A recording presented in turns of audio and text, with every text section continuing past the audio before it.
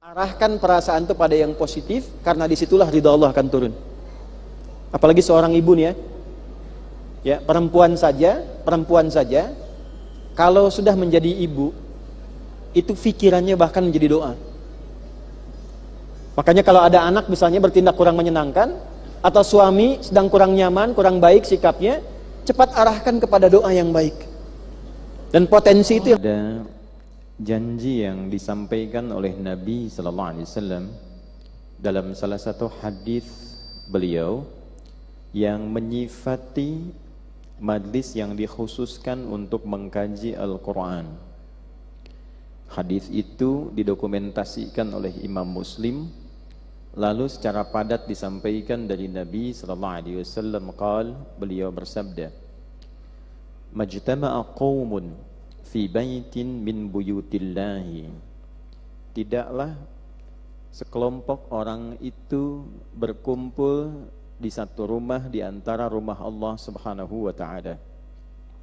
Kalau ada kata qaum itu bentuknya general, bisa laki-laki, bisa perempuan, bisa gabungan dengan saf yang dikhususkan, kemudian berkumpul di satu tempat di antara rumah-rumah Allah Subhanahu wa taala. Yatluna kitaballahi, yang berkumpulnya orang-orang ini ditujukan ingin mempelajari, memahami, dan dengan pemahaman itu ingin mengamalkan kandungan Al-Qur'an. Kita dulu telah belajar makna tilawah, berbeda dengan qiraah. Qiraah umumnya sekedar membaca tanpa menuntut untuk memahami. Asalnya demikian. Dari kata qara'a, kata perintahnya iqra, masdarnya ada qiraah. Dulu ada pengajaran untuk dasar membaca Quran, namanya qiraati. Kemudian ada iqra. Kan itu belajar dari mulai baca huruf ya kan? A, fatah A, fa, fatah fa, sin, kasrah I, si, ha, disukunkan ih, apa sih, gitu kan? Nah, tapi kan kita tidak dituntut untuk memahami apa maksudnya gitu. Yang penting bisa baca. Nah, kalau kita ingin naik level untuk memahami apa yang kita baca itu, dan dengan pemahaman itu kita mencoba mengamalkan dalam kehidupan, itu berubah namanya menjadi tilawah. Tala yatlu tilawatan, kata perintahnya utlu. Di hadis ini yang ditampilkan katanya tilawah. Jadi yang datang itu bukan sekedar ingin mengaji, tapi ingin tahu apa makna yang dipelajari, dikaji itu, sehingga dengan tahu dan paham itu bisa dibawa untuk diamalkan sebagai pedoman hidup. Jika ada niat belajar demikian, apa konsekuensi yang didapatkan oleh orang-orang ini yang terkadang mengorbankan waktu, tenaga, pikiran, bahkan materi? Maka perhatikan kalimatnya. Ini saking pentingnya berubah tuh volumenya. Wa yatadarasunahu fima bainahum, kemudian mereka mengkaji di antara yang hadir itu, illa, kecuali orang-orang itu tanpa kecuali, kalau niatnya benar ya, ghasyiyatuhum rahmah, maka Allah akan memerintahkan untuk menaungkan rahmatnya dalam majlis itu. Jadi siapapun yang terhubung, baik di dalam masjid, di luar tenda, itu ada dalam naungan rahmat Allah Subhanahu wa taala. Tidak cukup dengan amin, sebentar saya teruskan dulu ya. Rahmat itu maknanya bisa tiga. Nah, di tiga inilah Anda meminta. Jadi kalau ustadznya misal belum datang, ibu sudah ada di majlisnya, atau sudah selesai, kita masih berada di situ hendak pulang, mintalah satu di antara tiga ini. Satu, rahmat itu bisa berarti solusi dari beragam persoalan hidup yang dialami. Jadi tidak ada orang yang hidup yang tidak punya masalah, itu tidak ada. Ini pun seperti hening, diam, belum tentu nggak punya masalah. Ya. Nah, kemudian ketika Allah ingin menyelesaikan persoalan itu, sebelum solusi yang diberikan rahmat dulu. Ketika rahmat sudah diberikan, ada ketenangan pada jiwa, baru diberi petunjuk untuk mendapatkan solusinya. Itu ada di Al-Quran, surah kedua Al-Baqarah, di ayat 157. Ulaika alaihim salawatum mir rabbihim wa rahmah, wa ulaika humul muhtadun. Ada orang-orang yang saat diuji dengan beragam ujian, kadang kekhawatiran, kadang kekurangan dari bahan makanan, kadang harta, kadang ada sakit, ada yang koleganya meninggal, ada yang hasil kerja kerasnya ternyata tidak dirasakan begitu saja, ayat 155-nya. Lalu ia bersabar menjalaninya, ayat 156-nya. Kemudian berikhtiar dengan kesabaran itu untuk menerima takdir Allah, lalu mencari solusi yang baik sesuai ketentuan Allah. Maka apa yang terjadi? Ulaika, orang-orang yang punya sifat seperti itu, alaihim salawatum mir rabbihim, mereka berhak mendapatkan pujian dari Allah. Dipuji itu ya, saat orang baru punya masalah sedikit sudah mengeluh dan bikin status, orang ini sabar. Wa rahmah, lalu diberikan rahmat kepadanya. Wa ulaika humul muhtadun, dan mereka itu diberi peluang untuk mendapatkan jalan solusi mengentaskan persoalan hidupnya. Oleh karena itu, jika sudah tiba di majlis ilmu, coba berusaha untuk mendapatkan bagian rahmat yang pertama ini. Itu poin. Yang kedua bisa berarti puncak ampunan Allah yang merubah kehidupan kita menjadi lebih baik dari sebelumnya. Jadi kalau Allah ingin memberikan puncak ampunan pada akumulasi kesalahan, berkumpulnya salah yang memang terkadang ada orang menyimpulkan ini terlalu banyak salahnya. Nah, ketika seseorang menyimpulkan demikian, bahkan Allah bertanya, seluas apa? Semua kesalahan yang pernah engkau kumpulkan, kalau engkau ingin kembali kepadaku dan berusaha mendapatkan rahmatku, itu semua digugurkan oleh Allah subhanahu wa ta'ala. Itu ditemukan di Quran surah ke-39 Az-Zumar di ayat ke-53. Qul ya ibadiyalladzina asrafu ala anfusihim la taqnatu mir rahmatillah. Muhammad SAW viralkan, katakan, sampaikan pada semua hambaku yang menyimpulkan bahwa aku terlanjur banyak salah, jangan pernah putus asa untuk mendapatkan rahmat Allah. Innallaha yaghfirudz dzunuba jami'a. Sampaikan pada dirinya, tanamkan pada hatimu yang paling dalam, jangan pernah engkau ragu. Aku punya kuasa untuk mengampuni seluruh dosa yang bahkan pernah engkau lakukan selama hidupmu. Nah, jadi majlis ilmu itu kalau baik, dia akan punya aura yang mempengaruhi keadaan kita berubah menjadi pribadi yang lebih baik dari sebelumnya. Maka ibu, ya, saudariku, coba cari rahmat yang kedua itu. Ingin jadi istri yang baik, minta rahmat itu. Ingin jadi anak yang baik, minta rahmat itu. Ingin jadi ibu yang baik, minta rahmat itu. Dan yang ketiga, rahmat umum yang memudahkan kehidupan, bisa di dunia sampai di akhirat. Rahmat dunianya disebut dengan Rahman, rahmat akhiratnya disebut dengan Rahim. Maka jika dunia sudah merasa nyaman, minta akhirat. Minta di majlis ilmu bahwa hisabnya diringankan, dapat syafaat dari Rasulullah SAW, mendapatkan syafaat dari Al-Quran, bisa berjumpa dengan Nabi, menggandeng keluarga dengan rahmat Allah ke surga, misalnya, minta. Itu yang dibacakan oleh kita setidaknya 17 kali dalam sehari.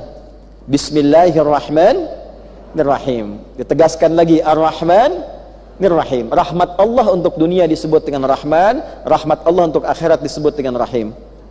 Ibu masuk masjid, apa doanya? Allahumma ftahli abwaba rahmati.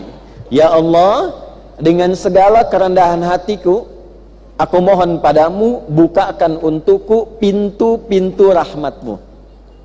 Tadi masuk masjid lewat berapa pintu? Satu pintu kan? Nah, satu pintu bahasa Arabnya bab. Banyak pintu bahasa Arabnya abwab. Ibu masuk lewat satu pintu, tapi Allah menghamparkan banyak pintu. Anda berkata, ya Allah, bukakan untukku pintu-pintu rahmatmu. Allah tanya balik, Anda mau rahmat yang mana? Apakah ada masalah? Sujud padaku minta. Apakah ingin dihapuskan kesalahan? Ayo, mohon kepadaku dengan khusyuk. Apakah ingin mendapatkan karunia dunia akhirat? Mintakan kepadaku dengan penuh keikhlasan. Jadi manfaatkan, jangan sampai doanya dibaca tapi permohonannya nggak diminta. Dan diantara keutamaan majlis ilmu itu mempercepat terkabulnya 1 dari 3 permintaan atau ketiganya ketika dimohonkan. Itu janji yang disampaikan di lisan Rasulullah sallallahu alaihi wasallam. Wa nazalat alaihimus sakinah, lalu ditanamkanlah ketenangan kepada jiwa orang yang belajar Quran itu. Jadi kalau belajarnya benar, hati lebih lapang. Ya. Sekaligus begini, sekaligus ini tips ya, Bu. Ya, ini ijazah nih ya. Kalau sedang punya masalah, coba buka Quran. Sekali lagi ya. Kalau punya masalah, buka Quran. Awas. Bukan Facebook, bukan Instagram. Oke? Itu baru dipegang, lalu dibuka, itu sudah memberikan getaran ketenangan pada jiwa. Walaupun masalahnya belum selesai. Dan kadang menariknya begini, baru dibuka, tiba-tiba kita buka acak, kok ayatnya bisa relate dengan apa yang kita rasakan gitu. Nah itu diantara keutamaan Al-Quran. Baca, sampai kita merasakan kenyamanan dalam bacaan itu, walaupun solusinya belum datang. Dan ketenangan itu setengah dari solusi yang kita harapkan menyelesaikan persoalan kehidupan. Itu ya. 2. 3. Wahaffathumul malaikah. Majlis itu kalau kajiannya Al-Quran niatnya benar, maka dipenuhi oleh malaikat yang membentangkan sayapnya untuk mengaminkan apa yang dimohonkan oleh para jamaah yang belajar itu. Jadi ketika ibu mengatakan misalnya, ya Allah, mohon berikan saya lembaran kehidupan yang lebih baik dari sebelumnya, malaikat mengaminkan. Cuman sifatnya gaib, sebab kalau tampak ibu bisa pulang. Amin. Akang teh saha? Israel. Yang terakhir, yang keempat, wa dzakarahumullahu fi man 'inda, dan orang itu dipuji, disebut-sebut oleh Allah di sisi makhluk yang di sekitaran arasy-Nya sampai dia selesai belajar. Semoga kita semua yang termasuk di area masjid ini, baik di dalam, di luar sekitaran, yang niatnya belajar betul, mendapatkan karunia yang tadi disampaikan dalam hadis Nabi sallallahu alaihi wasallam. Baiklah, kita akan langsung pada inti kajian kita. Saudariku, para ibu sekalian, di pertemuan yang lalu kita telah belajar tentang perempuan-perempuan dalam Al-Quran. Sebelumnya kita membahas tentang sebagian dari profil istri-istri Nabi sallallahu alaihi wasallam.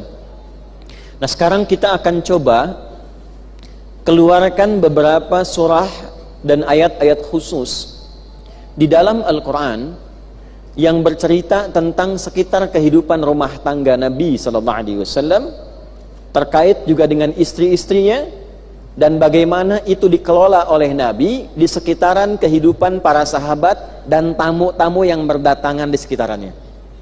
Jadi kalau nanti dibawa ke rumah begini, menata rumah seperti apa, kalau ada tamu bagaimana berinteraksi dengan tamu itu, adabnya seperti apa, panduannya bagaimana, itulah surat-surat yang akan kita keluarkan yang terkait dengan kebutuhan harian, baik itu di rumah tangga atau interaksi dalam kehidupan.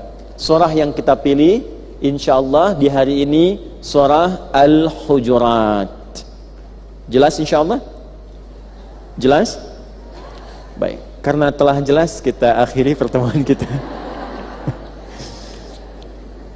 Bismillahirrahmanirrahim. Suratul Hujurat. Surah Al-Hujurat. Surah Al-Hujurat termasuk surah Madaniyah.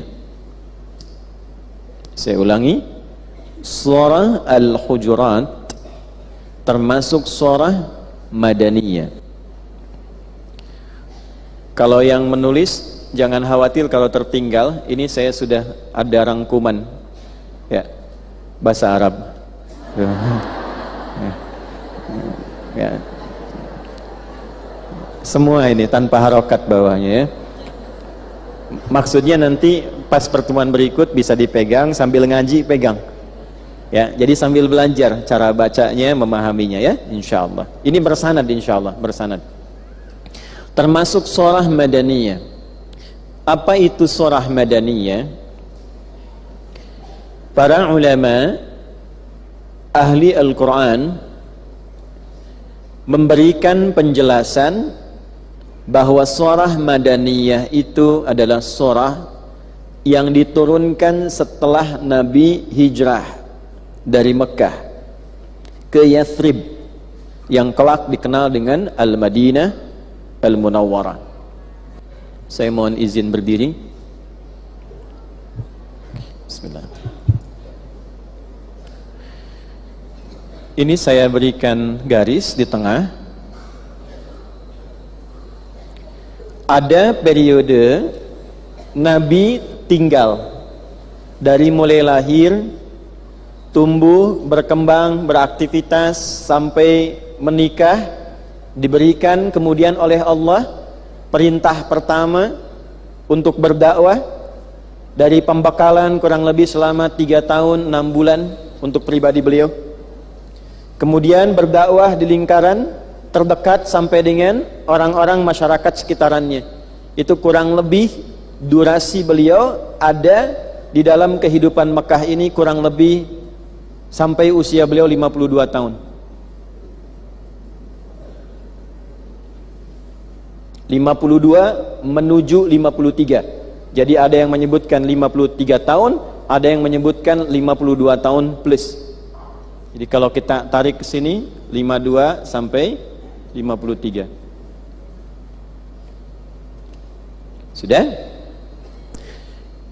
Dari mulai lahir, tumbuh, berkembang, remaja sampai diangkat menjadi nabi dan rasul usia 40 tahun.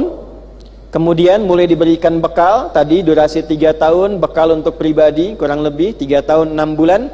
Lalu bertugas menyampaikan risalah dakwah kurang lebih 10 tahun. Jadi total dari pembekalan, ngaji dulu, dibekali dulu, berdakwah kurang lebih 13 tahun.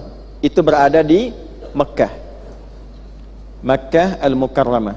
Mohon izin saya tuliskan pakai bahasa Arab ya, supaya nanti nyambung dengan apa yang akan kita bahas. Dah. Kemudian ada fase, ada bagian dari kehidupan Nabi itu yang diperintahkan oleh Allah untuk berpindah dulu tempat dakwahnya, berpindah dulu domisilinya. Maka diarahkan beliau, dibimbing oleh Allah untuk berpindah ke tempat yang baru demi mendapatkan hikmah-hikmah dakwah yang baru. Berkumpul dengan orang-orang yang telah dilatih, dididik, dibawa ke tempat yang lebih mudah untuk menyampaikan risalah dakwah, sehingga orang-orang yang berislam, orang-orang yang telah berubah menjadi lebih baik, itu lebih banyak jumlahnya, dan nanti mudah untuk ditebarkan Islam kemanapun itu bisa dijangkau. Maka tempat yang paling sesuai dipilihkan oleh Allah, lokasinya berada di Yathrib, yang kelak tempat itu setelah adanya dakwah Nabi berubah namanya menjadi Al-Madinah. Yathrib awalnya tempat yang, maaf sekali, kurang tertib, pasarnya tidak rapi, konfliknya banyak, banyak tipu-tipu, ya, banyak sengketa di dalamnya. Maka ketika Nabi datang, kemudian menyampaikan risalah Islam, berdakwah dengan baik, mempersaudarakan orang yang konflik, Islam itu begitu. Jadi kalau ada masalah, kemudian jadi Islam, masalahnya selesai. Jadi kalau ada orang masuk Islam, tiba-tiba banyak bermasalah, nah ini ada bagian dari keislamannya yang belum dipraktekkan dengan baik. Jelas ya? Maka dipersaudarakan antara Muhajirin dengan Ansar yang berkonflik dua daerah, ya, dari namanya Aus, suku Aus dan Khazraj, disatukan lagi. Yang tadinya konflik sampai durasi waktu yang sangat lama sekali. Maka apa yang terjadi? Berubah tempatnya jadi suasana kota yang rapi, bersih, ekonominya jadi bagus, pasarnya tertata, orangnya baik-baik. Nah, suasana kota ini memberikan pencerahan, membawa aura cahaya. Maka disifatilah, diberikan nama baru, suasana kota yang memberikan banyak cahaya inspirasi. Namanya Al-Madinah Al-Munawwarah. Jadi dikatakanlah hijrah berpindah dari Makkah ke Al-Madinah Al-Munawwarah.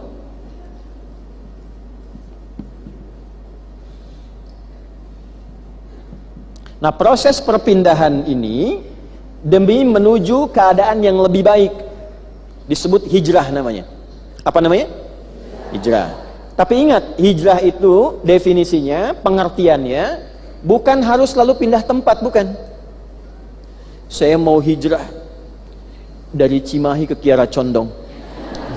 Itu pindah namanya. Baik ya?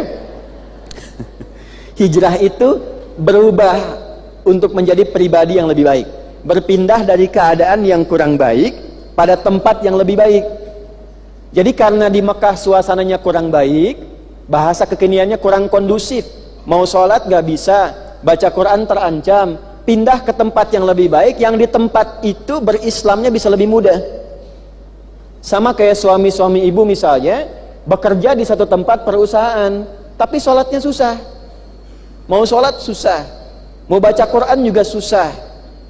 Lalu Anda melihat peluang di tempat lain, ini kayaknya sholatnya enak, bisa perhatian ke keluarga, bisa ngaji bareng, gitu kan? Ketika memutuskan pindah ke tempat baru, yang ibadah itu terasa lebih nyaman, dunianya dapat, akhiratnya dapat, itu yang disebut dengan hijrah namanya. Tapi ada begini, tempatnya musolanya ada, buat sholat juga difasilitasi ada, tapi orangnya walaupun difasilitasi tetap belum mau menunaikan itu dengan baik. Kemudian dia ingin merubah dirinya, tidak harus pindah tempat, dia merubah dirinya walaupun bekerja di situ tapi lebih baik dari sebelumnya. Coba saya tanya ibu jujur ya, alhamdulillah, kalau suami ibu kerja di satu tempat, gajinya misalnya 100 juta per bulan, jangan komen dulu, udah.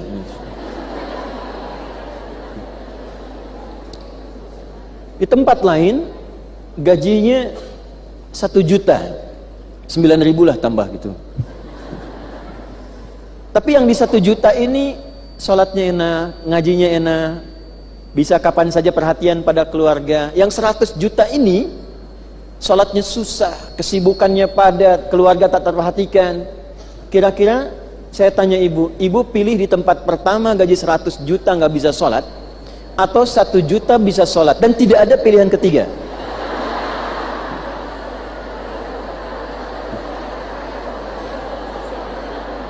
Ya sudah.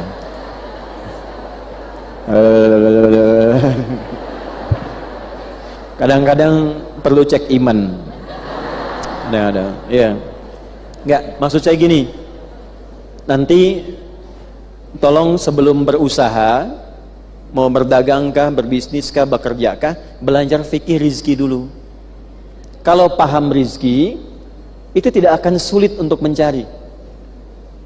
Karena rizki itu sudah teratur, tidak mungkin tertukar.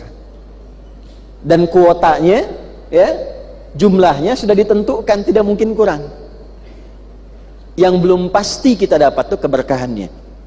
Ya, tapi kalau ada peluang 100 juta bisa sholat, ya bagus gitu. Ya. Nah, proses perpindahannya disebut dengan hijrah.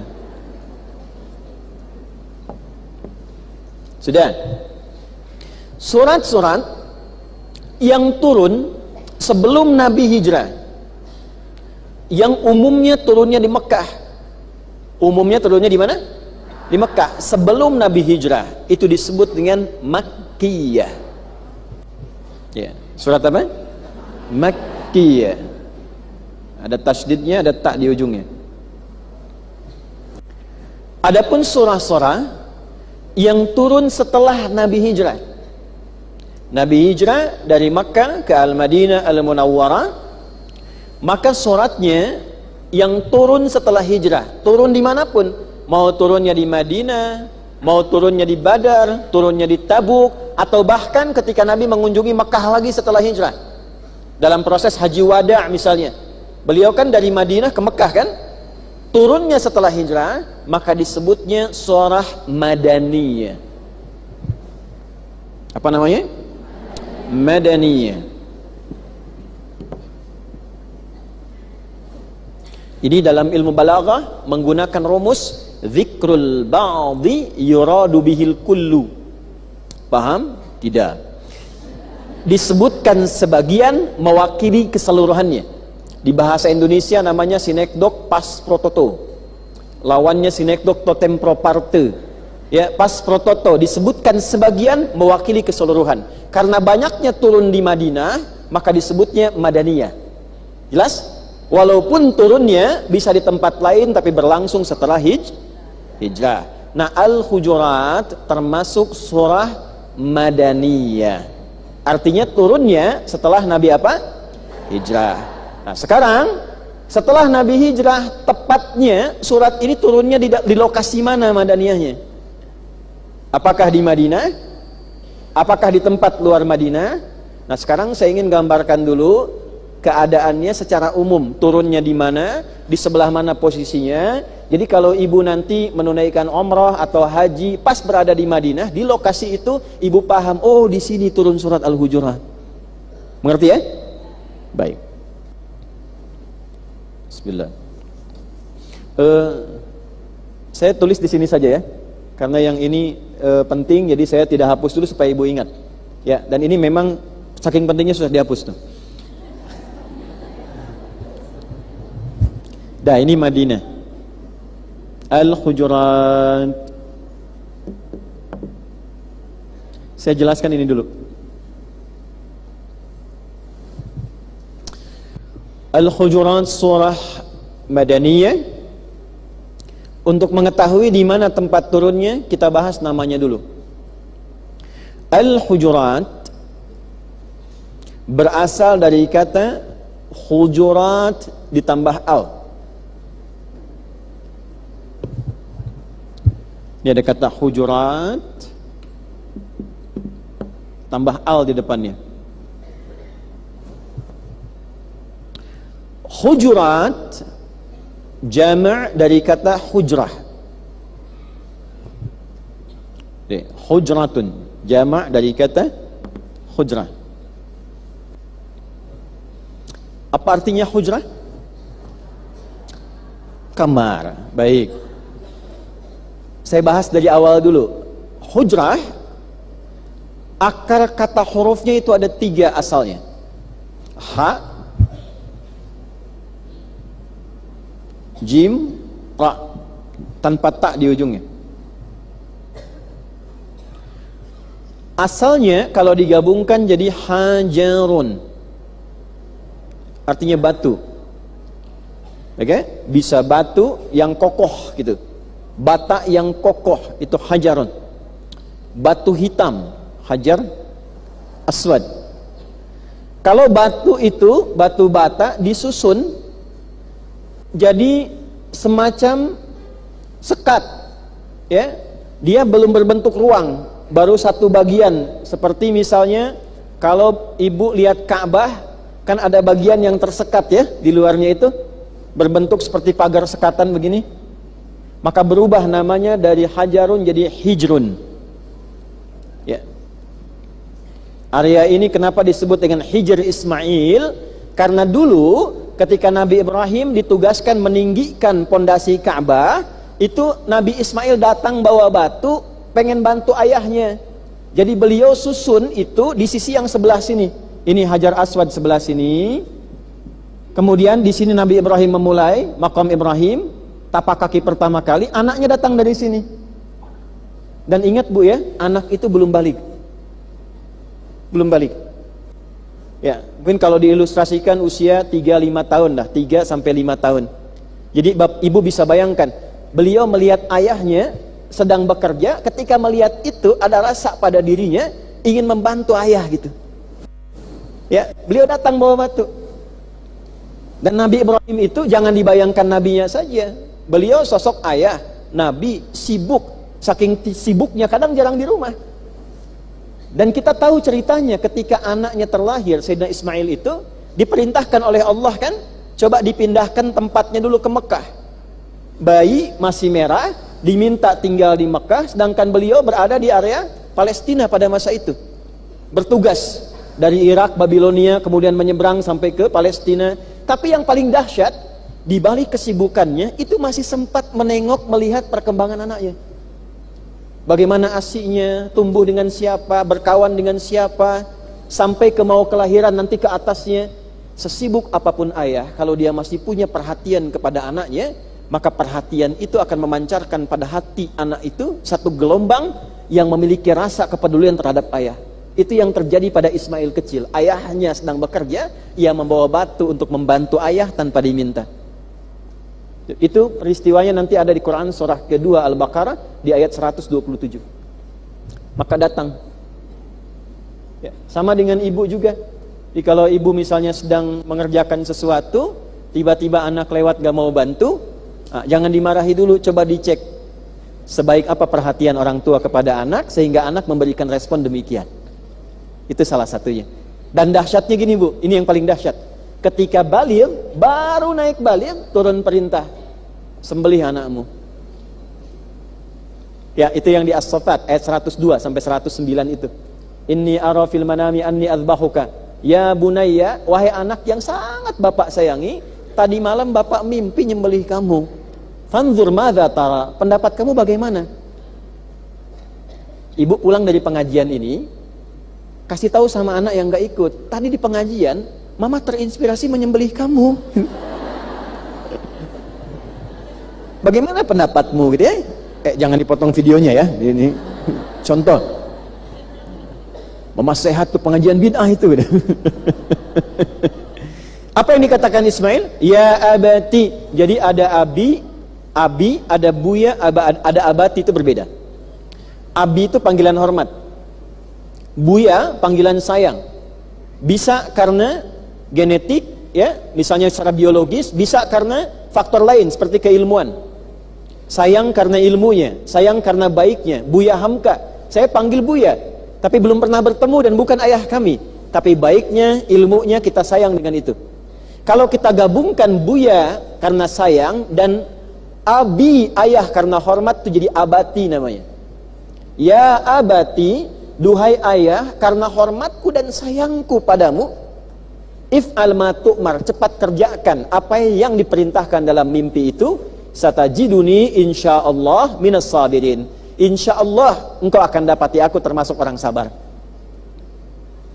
Ibu cari buku namanya Akhlak lil Banat untuk perempuan, Akhlak lil Banin untuk laki-laki. Sudah ada terjemah bahasa Indonesianya, dikarang oleh Syekhul Ustadz Omar Ahmad Baraja. Di jilid yang ketiga, warna biru, itu nanti ada kisah ketika akan disembelih itu. Ya, beliau menyampaikan 3 hal.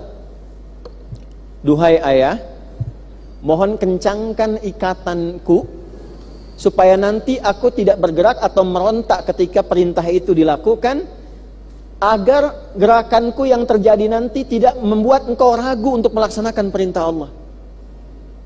Nanti akan jadi sunnah mengikat hewan dengan cara yang baik saat nanti korban. 2, ayah, mohon tajamkan pisau sebelum perintah itu dilakukan sehingga bisa mempercepat proses berlangsungnya penyembelihanku atas perintah yang telah sampai padamu.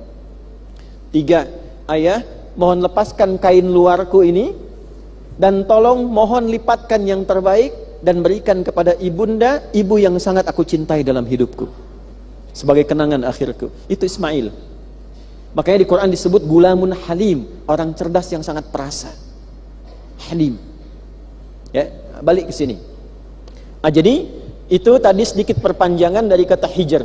Mengapa ada hijr Ismail? Salah satunya bukan sekedar menunjukkan ini bagian Ka'bah yang dulu sempat tidak tersempurnakan dalam renovasi karena terjadi kebakaran, tapi Nabi tidak memerintahkan tutup langsung, tidak. Uang ada, tapi dilestarikan menjadi bagian khusus di sini untuk tujuan 2 hal. Bagi orang yang ingin sholat di dalam Ka'bah tapi tak punya kesempatan masuk lewat pintu yang di sini, bisa sholat di area Hijr Ismail. Karena itu sama hukumnya dengan di dalam Ka'bah. Yang kedua, untuk mengenang peristiwa itu agar setiap yang tawaf pulang ke rumah memiliki akhlak seperti Ismail dan harmoni keluarga seperti keluarga Nabi Ibrahim alaihissalam. Kalau ini, bidang ini disusun jadi bidang ruang, bentuk ruang, ada ruangnya. Jadi kamar. Atau rumah sangat sederhana. RS7. RS7. Ya, rumah sangat sederhana sekali sehingga selonjoran saja susah. Okay? RS7. Rumah sangat sederhana sekali sehingga selonjoran saja susah. Okay? Maka berubah namanya menjadi hujrah. Apa namanya? Hujrah. Sehingga kamar sering disebut dengan hujrah karena simple. Tapi jangan lupa kalau di Arab ingin menggambarkan rumah yang sangat sederhana, sesuai kebutuhan saja ruangannya, simple, maka disebut namanya dengan hujrah. Kalau rumahnya nyaman, ruangannya banyak, itu disebut dengan bait namanya. Ya, tempat beraktivitas. Kalau kita cuma singgah di situ kayak villa, singgah atau rumah-rumah dubes, singgah rumah dinas, disebut manzil namanya. Jelas? Nah, ini kalau dijamakkan bentuknya banyak, bukan cuma satu rumah sederhana yang tipenya sangat sederhana, seperti kamar-kamar biasa. Dibuat 1, 2, 3, 4, 5 sampai jumlahnya 9 misalnya, maka dijamakkan hujurat. Ini. Tapi kalau kita ingin khususkan rumah-rumah sederhana yang ini, bukan yang lain. Yang ini yang akan kita bahas, bukan rumah yang lain. Karena tipe rumah sederhana pun banyak, di Indonesia ada. Ya, di Bandung ada, di Bekasi ada, di tempat lain ada, di Afrika juga banyak. Yang saya maksud yang ini, bukan yang lain. Maka tambahkan al di depannya. Al itu seperti artikel the dalam bahasa Inggris. Ya, there are so many cars outside. Terus kita akan katakan yang ini bukan yang lain. Oh, I mean the car, ya, itu mobil yang itu bukan yang lain. Oke. Sini pakai alif lam. Al-hujurat, yang saya ingin maksudkan, ingin saya bahas, rumah-rumah sederhana yang ini bukan yang lain. Yang dimaksud al-hujurat di sini adalah rumah-rumah istri-istri Nabi yang dibangunkan oleh Nabi SAW. Tapi tipenya sangat sederhana. Paham sampai sini? Paham. Nabi itu orang kaya atau orang miskin? Tahu dari mana? Kalau beliau berinfak itu tidak tanggung. Maharnya pun saat menikah dengan Sayyidah Khadijah itu tidak tanggung. Baik kalau beramal, kaya. Orang takwa bukan? Takwa. Baik tidak? Dekat dengan Allah, dijamin surga tidak? Surganya tingkat tertinggi atau yang biasa? Anda bisa bayangkan, orang kaya, surga tingkat tinggi, dekat dengan Allah, orang sangat baik, tingkat paling takwa, tapi menjalani kehidupan dengan tampil sederhana. Ini Nabi bukan? Sudah ada jaminan surga? Ya belum. Jadi orang paling baik dalam pandangan Allah? Belum. Seberapa kaya sih sehingga harus memaksa diri untuk tampil terus di status? Ya, tidak dilarang loh kalau mau kaya, bahkan kalau bisa kaya banget, supaya dengan kekayaan itu bisa beramal. Tapi Nabi memberikan contoh kepada kita, kaya itu silahkan dapatkan sekuat-kuatnya untuk ibadah, tapi jangan sampai dengan kekayaan itu merubah keadaan kita untuk keluar dari fitrah kebaikan. Ya, kaya penuhi kebutuhan, jangan selalu memenuhi keinginan. Catat itu ya, kaya penuhi kebutuhan, tidak harus selalu memenuhi tuntutan keinginan. Apa kebutuhan di rumah Nabi? Nabi melihat, oh istri saya ini yang diizinkan bahkan diperintahkan oleh Allah. Itu ada ayat-ayat turun perintah. Muhammad nikahi si fulana, Muhammad nikahi si fulana. Jadi itu bukan hasratnya Nabi sebagai manusia biasa. Ya, ada perintah, wa may yantiqu 'anil hawa in huwa illa wahyu yuha. Ada wahyu turun. Sayyidah Aisyah itu ada perintahnya, Sayyidah Zainab ada perintahnya, diarahkan. Tapi ketika jadi istri Nabi, dibangunkanlah kemudian rumah-rumah mereka, ibunda kita semua, kurang lebih yang berkehidupan dengan Nabi saat itu ada 9. Sayyidah Khadijah sudah meninggal. Ada 9, maka dibangunkanlah kurang lebih 9 rumah sederhana di sekitaran Masjid An-Nabawi. Lokasinya kurang lebih begini. Ini saya buat dari sini ya.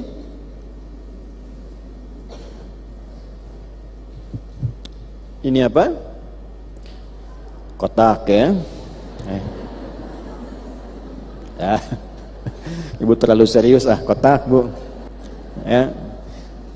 Kita masuk dari sini misalnya, kan hotel-hotel banyak yang dari sini, dari depan sini.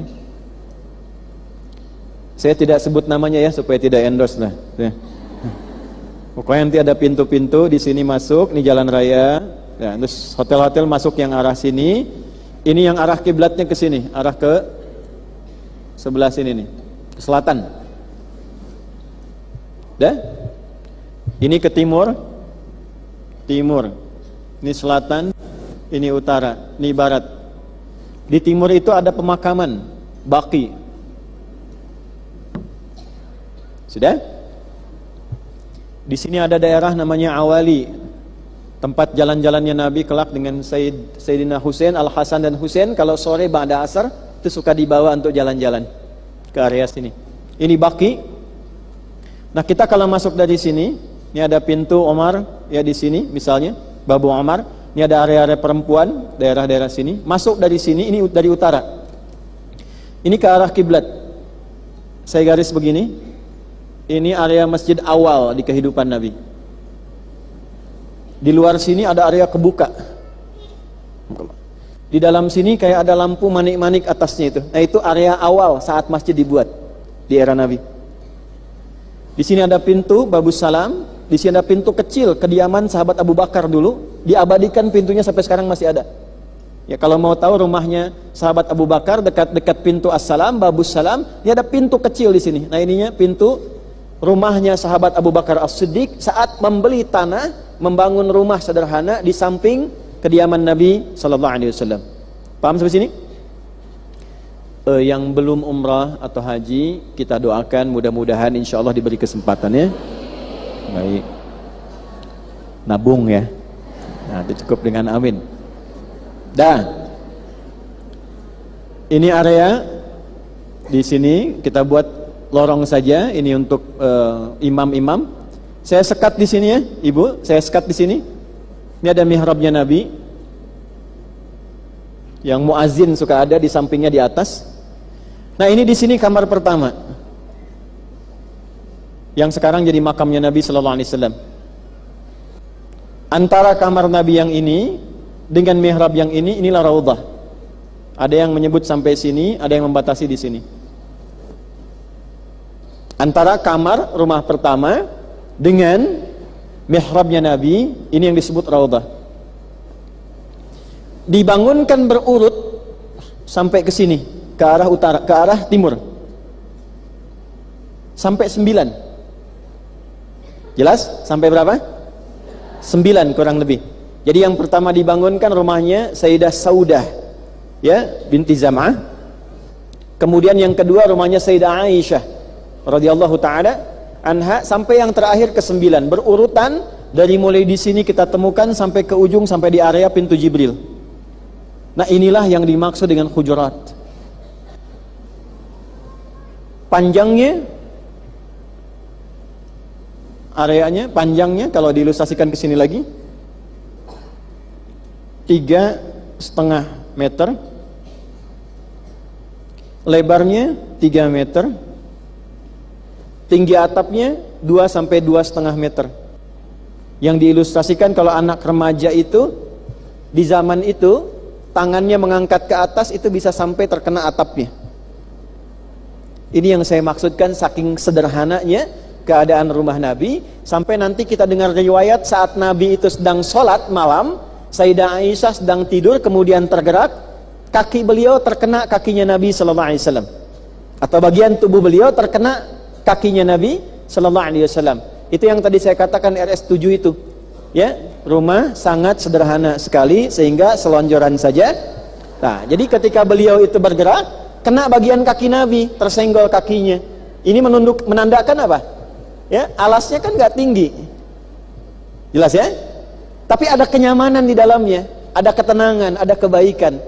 Bukan berarti ibu pulang dari sini langsung, papa rubah rumahnya. Ya, panjang 3,5 aja, lebar 3 gitu ya. Nggak begitu juga caranya. Ya, maksudnya silahkan bentuk ruangan di dalam rumah yang membawa ketenangan pada kehidupan kita dan tetap tampil apa adanya dengan bersahaja dalam kehidupan. Itu maksudnya. Nah, surat ini dinamakan Al-Hujurat karena ada kejadian yang pada saat itu terjadi di seputaran rumah-rumah Nabi yang ini. Jadi surat ini ayat-ayatnya turunnya di area ini. Jadi kalau ibu nanti misalnya umrah, tiba ada jadwalnya pas ke Raudhah, itu pasti akan lewat rumah-rumah ini. Karena masuknya dari sini nanti. Antri dari sini, ya dari dekat Baqi itu antri masuk ke sini, nanti berputar ke sini, baru kemudian ke Raudhah. Nah, yang ibu lewati dari sini, inilah rumah kediaman Nabi dengan istri beliau sallallahu alaihi wasallam. Ya, nanti kalau lebih detail lagi bisa tahu nih, ini rumahnya yang A, ini rumahnya yang B, aktivitasnya apa saja. Kok bisa Sayyidah Aisyah tinggal di sini sampai mendapatkan lebih dari 2000 hadis dari Nabi sallallahu alaihi wasallam. Ya, Sayyidah Zainab berapa, Sayyidah Hafsah berapa, ya dan seterusnya. Itu kalau tahu peristiwanya, jadi kita bisa merasakan getaran ayat itu ketika dibacakan. Paham? Ya. Lokasinya turun di Madinah, tepatnya di sekitaran rumah-rumah sederhana istri-istri Nabi sallallahu alaihi wasallam, sehingga dengan itu surat dinamakan surah Al-Hujurat. Urutan di dalam mushaf, urutan ke-49. Saya akan sampaikan beberapa informasi yang mungkin jarang diutarakan. Urutan dalam turun, ingat dibedakan. Jadi Quran itu ada yang fase turun, ada masalah turun, ada kejadian turun. Nanti setelah kumpul semuanya, Allah perintahkan lewat malaikat Jibril, Jibril bacakan pada Muhammad sallallahu alaihi wasallam, bacakan ini urutannya seperti ini, diurutkan jadi pedoman hidup. Jadi yang tadinya turun ada peristiwa, lalu diperintahkan diurutkan, bukan berdasar peristiwa lagi, tapi ketika dahsyatnya Quran ini, ketika diurutkan menjadi panduan yang terukur dan menjaga kemurnian Al-Quran dengan susunan yang sekarang. Ya, itu dari Al-Fatihah sampai surat An-Nas. Al-Hujurat berada di posisi 49, dalam urutan turun berada di posisi ke-106. Setelah surah Al-Mujadalah, sebelum surah At-Tahrim. Dan 3 surat ini termasuk surat tentang kehidupan rumah tangga. Al-Mujadalah perdebatan suami istri yang dilaporkan kepada Nabi. Al-Hujurat peristiwa yang terjadi di sekitaran rumah-rumah istri Nabi sallallahu alaihi wasallam. At-Tahrim juga terjadinya peristiwa rumah tangga yang direspon oleh Allah untuk menguatkan posisi Nabi sallallahu alaihi wasallam sebagai seorang suami pada khususnya. Mungkin di pengajian bapak-bapak nanti dibahas surat At-Tahrim. Sampai sini jelas? Ya, kalau sudah jelas, yuk kita bahas riwayatnya. Setelah itu kita bacakan ayatnya. Baru kita mulai. Ini masih muqaddimah ya, kita belum mulai ini.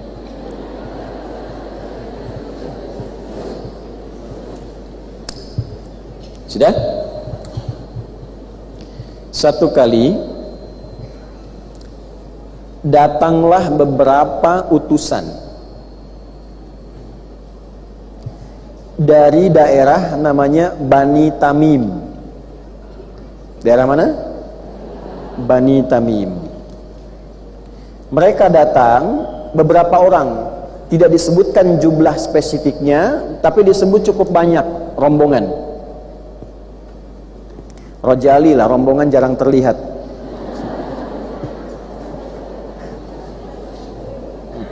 Datang, tiba-tiba mereka manggil-manggil, karena taunya Nabi itu berumah tangga, rumahnya ini untuk istri-istrinya ada beberapa di sekitaran itu, maka setiap orang itu berada di depan pintu rumah-rumah tadi yang 9, terus manggil namanya. Ya Rasulullah, ya Muhammad, bisa enggak keluar?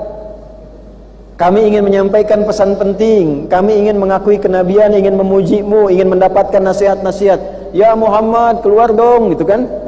Itu di depan pintu setiap orang dari rumah Nabi ini sallallahu alaihi wasallam. Maka ketika itu terjadi, turunlah kemudian surah Al-Hujurat ini merespon dua keadaan. Keadaan pertama, maka sahabat senior Abu Bakar As-Siddiq dan Umar bin Khattab radhiyallahu taala anhuma kemudian memutuskan, pilih utusan, jangan semua teriak begitu. Pilih utusan satu. Maka langsung ditetapkan oleh sahabat Abu Bakar si X nanti yang menghadap Nabi. Umar mengatakan, jangan si X, ini aja si Y yang menghadap Nabi. Jadi Abu Bakar memilih A, Umar memilih B. Berdebatlah dua orang itu. Kata Abu Bakar, ini kamu milih orang ingin menyelisihi saya saja. Kata Umar, bukan, saya tidak ingin menyelisihi Anda, tapi Anda tahu karakter orang ini kalau ketemu Nabi nggak cocok, yang ini yang lebih pas. Maka terdengarlah perdebatan ini sampai ke Nabi. Dua orang sahabat mulia ini belum konsultasi ke Nabi, sudah memutuskan siapa yang harus berjumpa dengan Nabi. Standarnya kan gini dulu ya Bu ya, datang dulu ke Nabi, sampaikan ini ada tamu, orangnya banyak, yang kira-kira bisa berdialog dengan Nabi. Berapa orang ya Rasulullah? Siapa orangnya? Ibu kalau di kantor kan kepimpinan begitu kan? Ada tamu kan laporan dulu ya. Ya Rasulullah, ada tamu. Dari mana? Dari Antapani misalnya kan? Berapa orang? Sekian. Mau diterima berapa? Siapa yang bisa datang? Sekian. Idealnya begitu. Nah, yang dua ini langsung memutuskan, belum konsultasi ke Nabi, perdebatannya terdengar ke Nabi. Maka turunlah kemudian ayat pertama sampai dengan ayat yang kelima. Yuk kita baca. Ibu boleh ikuti ya. Yang di luar juga silahkan boleh ikuti. A'udzu billahi minasy syaithanir rajim.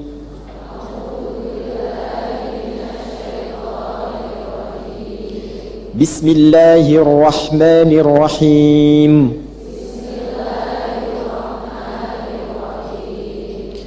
Ya ayyuhalladzina amanu la tuqaddimu baina yadayillahi wa rasulih.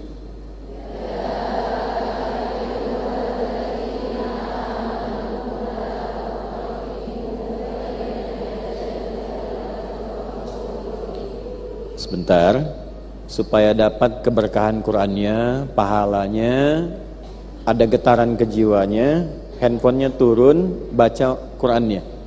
Kalau enggak ikuti, atau lihat di handphone kalau ada ayat Qur'an, baca di situ, supaya barakahnya dapat. Ya ayyuhalladzina amanu.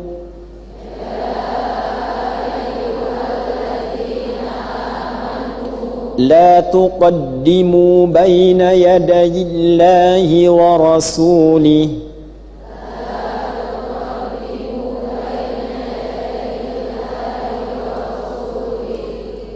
Wattaqullah. Innallaha sami'un alim.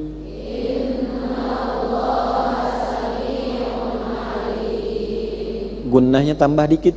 Innallaha sami'un alim.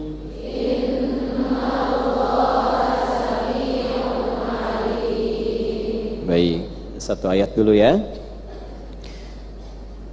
Mau dibahas detil atau dibahas ringkas? Baik, saya sudah kumpulkan 5 tafsir. Enggak, ini serius. 5 ini kemudian saya gabungkan supaya melengkapi apa yang akan kita urai. Dari 1 dari 5 ini saya bawakan yang singkatnya versi yang Tafsirul Jalalain, ya. Tapi nanti saya coba lengkapi pelan-pelan insyaallah. Saya terjemahkan dulu ya. Ya ayyuhalladzina amanu, wahai, gak usah diikuti, saya terjemahkan. Wahai seluruh yang menyatakan telah beriman kepada Allah dan Rasulnya, la tuqaddimu baina yadayillahi wa rasulih. Janganlah engkau mengambil keputusan untuk mendahulukan keinginanmu daripada keputusan Allah dan Rasul. Wattaqullah, dan selalulah berupaya meningkatkan takwamu kepada Allah. Innallaha sami'un alim, sungguh tanamkan pada hatimu yang paling dalam, jangan pernah ragu, Allah itu maha mendengar apa yang kita ungkapkan, alim, maha mengetahui keadaan terdalam apa yang kita rasakan. Pelan-pelan. Ya ayyuhalladzina amanu, wahai seluruh yang telah menyatakan beriman kepada Allah dan Rasulnya. Saya berikan kaidah yang penting. Ilmu ini agak mahal ibu sekalian, mungkin jarang juga didapatkan, dan kajiannya agak dalam. Fokus baik-baik. 1. Jika ditemukan ayat Al-Quran dibuka dengan ya ayyuhalladzina amanu, wahai orang-orang yang telah menyatakan beriman, maka informasi yang disampaikan setelah kalimat itu menjadi ukuran tingkat keimanan kita yang mengaku beriman. Itu kaidah pertama. Jadi kalau ibu menemukan dalam Al-Quran ayat dibuka dengan ya ayyuhalladzina amanu, atau dibuka dengan kata iman walaupun tidak dengan kalimat ya ayyuhalladzina amanu. Misal Al-Baqarah ayat 3, alladzina yu'minuna bil ghaib. Oke, dibukanya dengan iman. Maka informasi setelah kalimat ini itu menjadi ukuran tingkat keimanan seseorang. Kalau informasinya berupa perintah cepat dilakukan, ini menandakan imannya kuat. Kalau informasinya larangan, jangan dikerjakan, lalu ibu cepat tinggalkan, itu pun imannya kuat. Tapi sebaliknya, kalau setelah kata iman itu perintahnya tidak cepat dikerjakan, ada malas dilakukan, ini menunjukkan iman lemah. Contoh, kalimat iman pertama Al-Baqarah ayat 3, alladzina yu'minuna bil ghaibi wa yuqimunas. Setelah ada kata iman, ada informasi tentang menunaikan salat dengan serius. Salat. Maka penunaian salat ini sekaligus menjadi tanda kekuatan iman seseorang. 1, kalau ibu merasa beriman, mengaku beriman, pasti ibu sholat. Kalau ada orang mengatakan saya beriman tapi dia tidak sholat, ini menunjukkan ada persoalan dalam imannya. Untuk itulah nanti kita akan temukan sholat itu bahkan disebut dalam Al-Quran dengan kata iman. Itu ada di Al-Baqarah ayat 143. Wa ma kana Allahu liyudhi'a imanakum. Salat disebut dengan kata iman. Jadi kalau ada orang mengatakan saya beriman tapi tidak salat, itu imannya langsung disoal oleh Nabi. Al-farqu bainal mu'min wal kafir tarku shalah. Perbedaan orang beriman dengan orang yang belum beriman itu lihat salatnya. Kalau dia meninggalkan salat, itu tanda belum ada iman dalam dirinya. Jelas? Baik. Kemudian saya mengatakan saya beriman. Bagaimana kemudian dengan imannya dia menunaikan sholat? Nanti turun ayat lagi. Nah ini yang paling dahsyat. Diturunkan pertama tentang ukuran waktu-waktu sholat. An-Nisa, surat para ibu, ayat 103 misalnya. Quran surah 4 di ayat 103. فَإِذَا قَضَيْتُمُ الصَّلَاةَ فَاذْكُرُوا اللَّهَ قِيَامًا وَقُعُودًا وَعَلَى جُنُوبِكُمْ فَإِذَا اطْمَأْنَنْتُمْ فَأَقِيمُوا الصَّلَاةَ إِنَّ الصَّلَاةَ كَانَتْ عَلَى الْمُؤْمِنِينَ, bukan 'alal muslimin, 'alal mu'minina kitaban mawquta. Sungguh, saya langsung ke ujungnya saja, bagi orang beriman itu waktu-waktu sholat diketahui dan terjaga. Tadi subuh sholat tabu sabraha, subuh, jangan lihat ke sana atau sini. Jam berapa subuh tadi? 4 4:41, 4:35, 4:40, ya. Terjadi perbedaan pendapat tentang waktu sholat subuh. Ini menunjukkan para ibu berasal dari daerah yang berbeda, itu kan? Nggak apa-apa. Ya ambillah misalnya tengah-tengah lah, 4:45 misalnya ya. Misal 4:45. Ini cara ngukur iman begini. Allahu Akbar, Allahu Akbar. 4:45. Ibu bangun. Ya Allah, sudah azan. Langsung ibu respon, siap-siap, siap sholat. Jika terjadi demikian, 4:45 azan, 4:45 ibu langsung respon, iman ibu standar. Nah, belum kuat.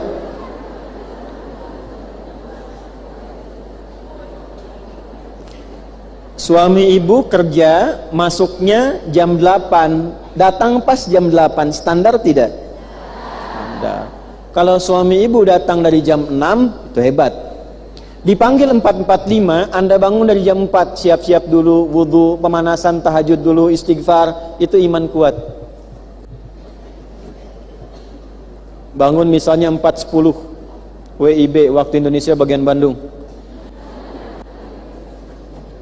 Dipanggil 4:45, ibu baru sadar 5:44. Dibalik. Nah, ini bermasalah. Simpelnya begitu. Nah, sekarang ayat ini dibuka dengan kata iman. Kembali ke Al-Hujurat.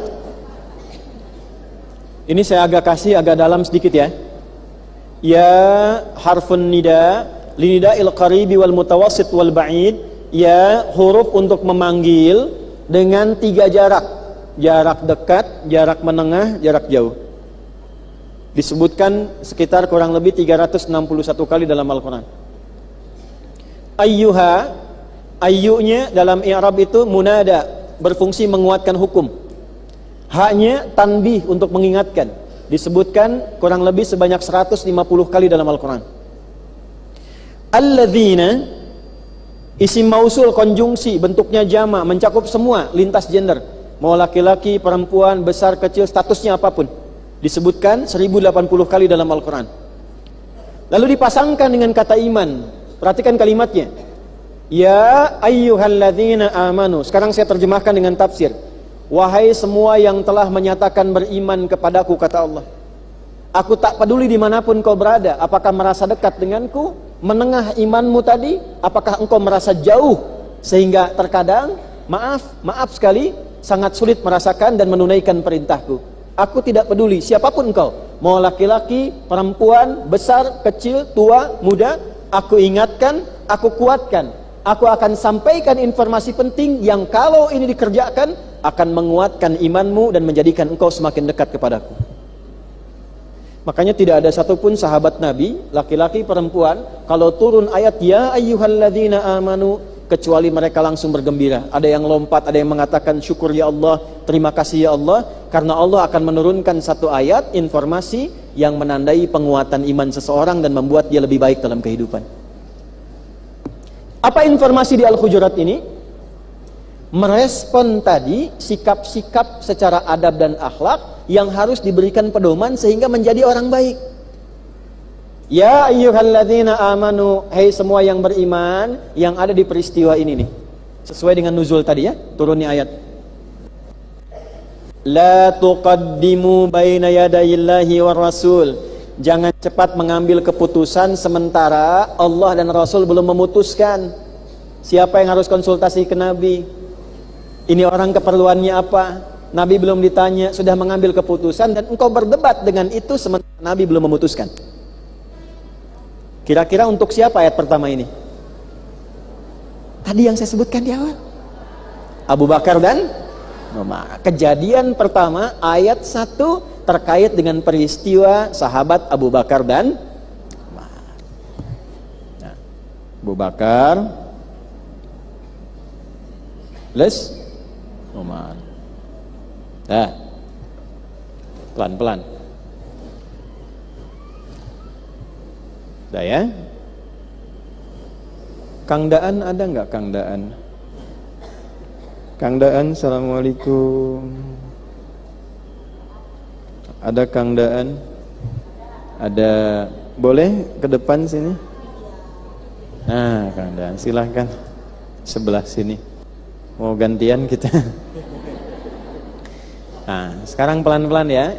Ini insya Allah saya sudah hafal ini. La tuqaddimu ay la tataqaddamu. Yang dimaksud la tuqaddimu maksudnya la tataqaddamu. Tuqaddimu itu ada 3 kata.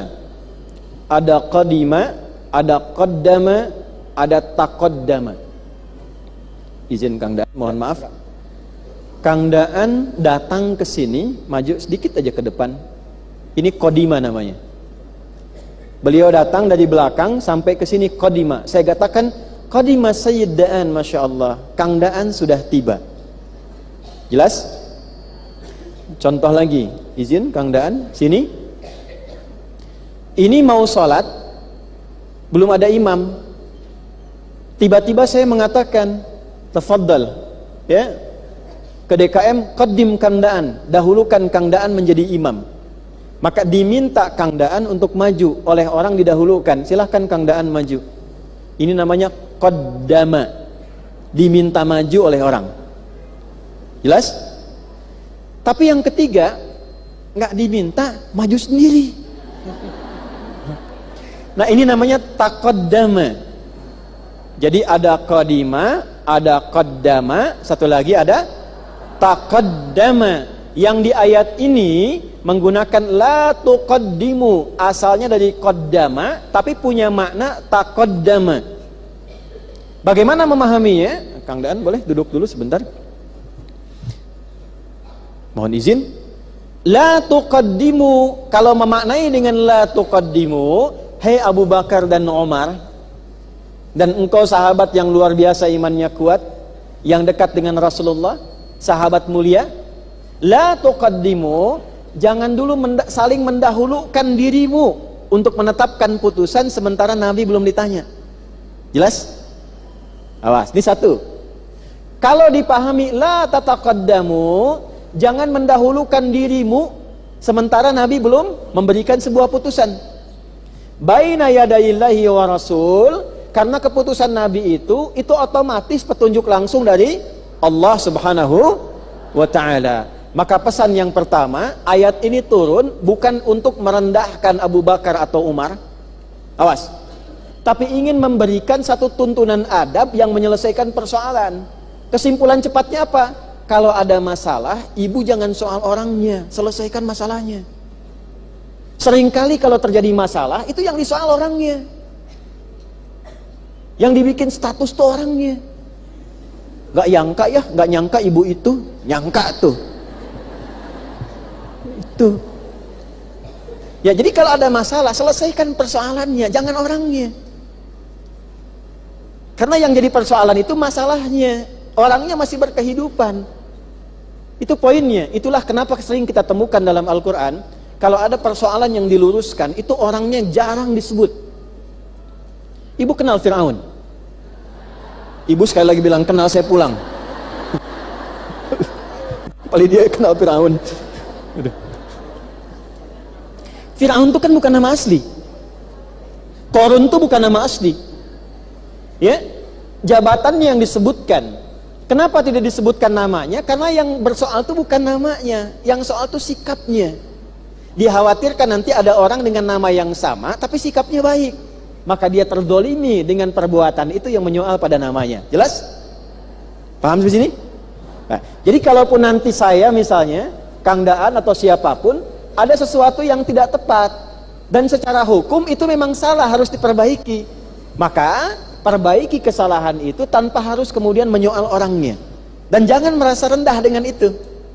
Paham sampai sini? Halo, jelas? Baik. Satu, la tuqaddimu baina yadayillahi wa rasul. Ayatnya turun untuk siapa? Sahabat Abu Bakar dan Umar. Yang diluruskan itu orangnya atau persoalannya? Karena yang diluruskan persoalannya, maka turun kaidah dalam ilmu Al-Quran. Apa kaidahnya? Kaidah tentang sababun nuzul, berbunyi begini: al-ibaratu bi'umumil lafzi la bi khususis sababi. Hukum itu berlaku karena keumuman ayat dan lafadznya, bukan karena sebab khususnya. Jadi sebabnya turun untuk sahabat Abu Bakar dan Umar, tapi hukumnya bukan untuk orang keduanya, bukan untuk dua sahabat mulia ini, tapi panduan umum untuk kita semua yang hidup sepanjang masih baca Al-Quran. Apa hukumnya? Kalau Allah sudah memberikan tuntunan melalui Rasulnya, jangan bikin hukum dan keputusan sendiri. Jelas? Abang ada kapungkur seur lepatna bade tobat teu sawios duhur 4 rakaat sama janten 5 weh. Nah, maaf yang tidak paham ya. Jadi saya dulu banyak salahnya, nggak apa-apa nanti duhur saya tobat, yang biasanya 4 saya 5 gitu. Nggak bisa ya, tetap ikuti hukumnya. Jadi kalau Allah sudah tetapkan, udah lakukan yang seperti itu. Nabi sudah pandu, lakukan. Bagaimana tahu panduan Allah ini lewat Rasul? Maka ditelusuri oleh ulama yang belajar-belajar. Dari pelajaran itu tersambung pada orang yang belajar, pernah belajar dengan Nabi SAW. Itulah yang disebut dengan sanad namanya. Jelas? Nah, jadi kalau sudah ada hukum, jangan bikin-bikin sendiri. Ngaji Quran, Nabi perintahkan pakai tajwid misalnya. Dituntun langsung, ilmunya belum ada. Tapi Nabi tuntun, bacanya begini, ikuti. Ini yang panjang, ini yang pendek. Ini yang nyambung wasol, ini yang wakaf berhenti. Ini awalnya, ini akhirnya. Nabi ajarkan. Lalu oleh ulama dari kalangan sahabat diajarkan lagi. Yang Arab paham, setelah itu dihimpun. Supaya jadi ilmu dipelajari. Bisa ada buku dicatat. Maka disebutlah ilmunya dengan tajwid. Maka ada ilmu yang pendek kitabnya, tipis, seperti Hidayatul Mustafid fi ilmi tajwid. At-tajwidu lughatan al-ityanu bil jayyidi wastilahan ilmun yu'rafu biha haqqu mustaqam nasifati wal mududi wa ghairi dzalika katarqiqi wa nahwihima.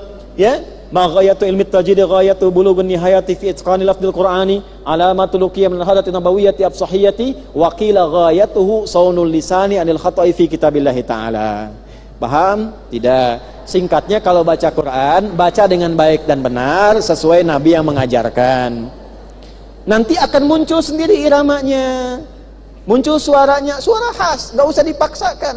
Kang Daan kalau ikut tajwid akan terasa ada getaran keluar dari tempat suara ini, huruf-huruf keluar suaranya akan membentuk ciri khas suara Kang Daan dalam mengaji. Itulah hebatnya Quran. Nah, iramanya nggak sama dengan yang lain karena ada tajwid di dalamnya. Kalau sudah ada tajwid, jangan memaksa pakai irama-irama lain. Apalagi irama-irama musik, jauh itu. Ya? Karena di Arab pun dulu ada syair, ada qasidah, ada musiknya, ada 17 tuh. Ada tawil, ada madid, ada rajaz dan seterusnya. Tawilun lahudunal bukhuri fadailu fa'ulun mafa'ilun fa'ulun mafa'ilu kifa nabki min dzikra habibin wa manzili bisaqtili wa bainad dakhuli fa haumali.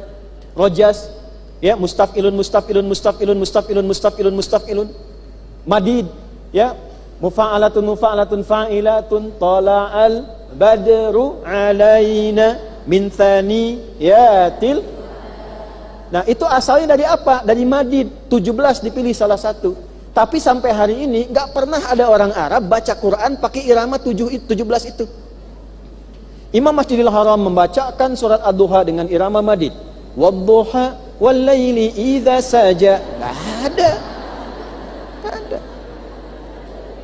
Nah, jadi kalau Allah sudah memerintahkan lewat Nabi, simpel saja. Jangan banyak pilihan. Ya, datang ke sini, oh saya mau baca Al-Fatihah pakai langgam Sunda versi Manuk Dadali. Ya, iya kana na'budu wa iya kana nasta'in. Tinggalin aja yang kayak gitu tuh. Jelas ya?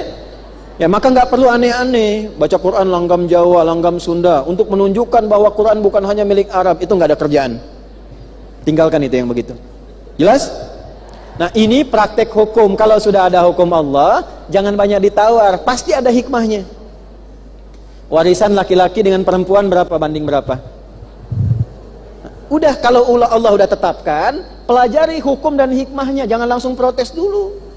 Ini melanggar kesetaraan gender. Yang menciptakan Allah, yang tahu kebutuhan kita Allah, yang menetapkan siapa? Bu, kenapa laki-laki 2 Kang Daan coba?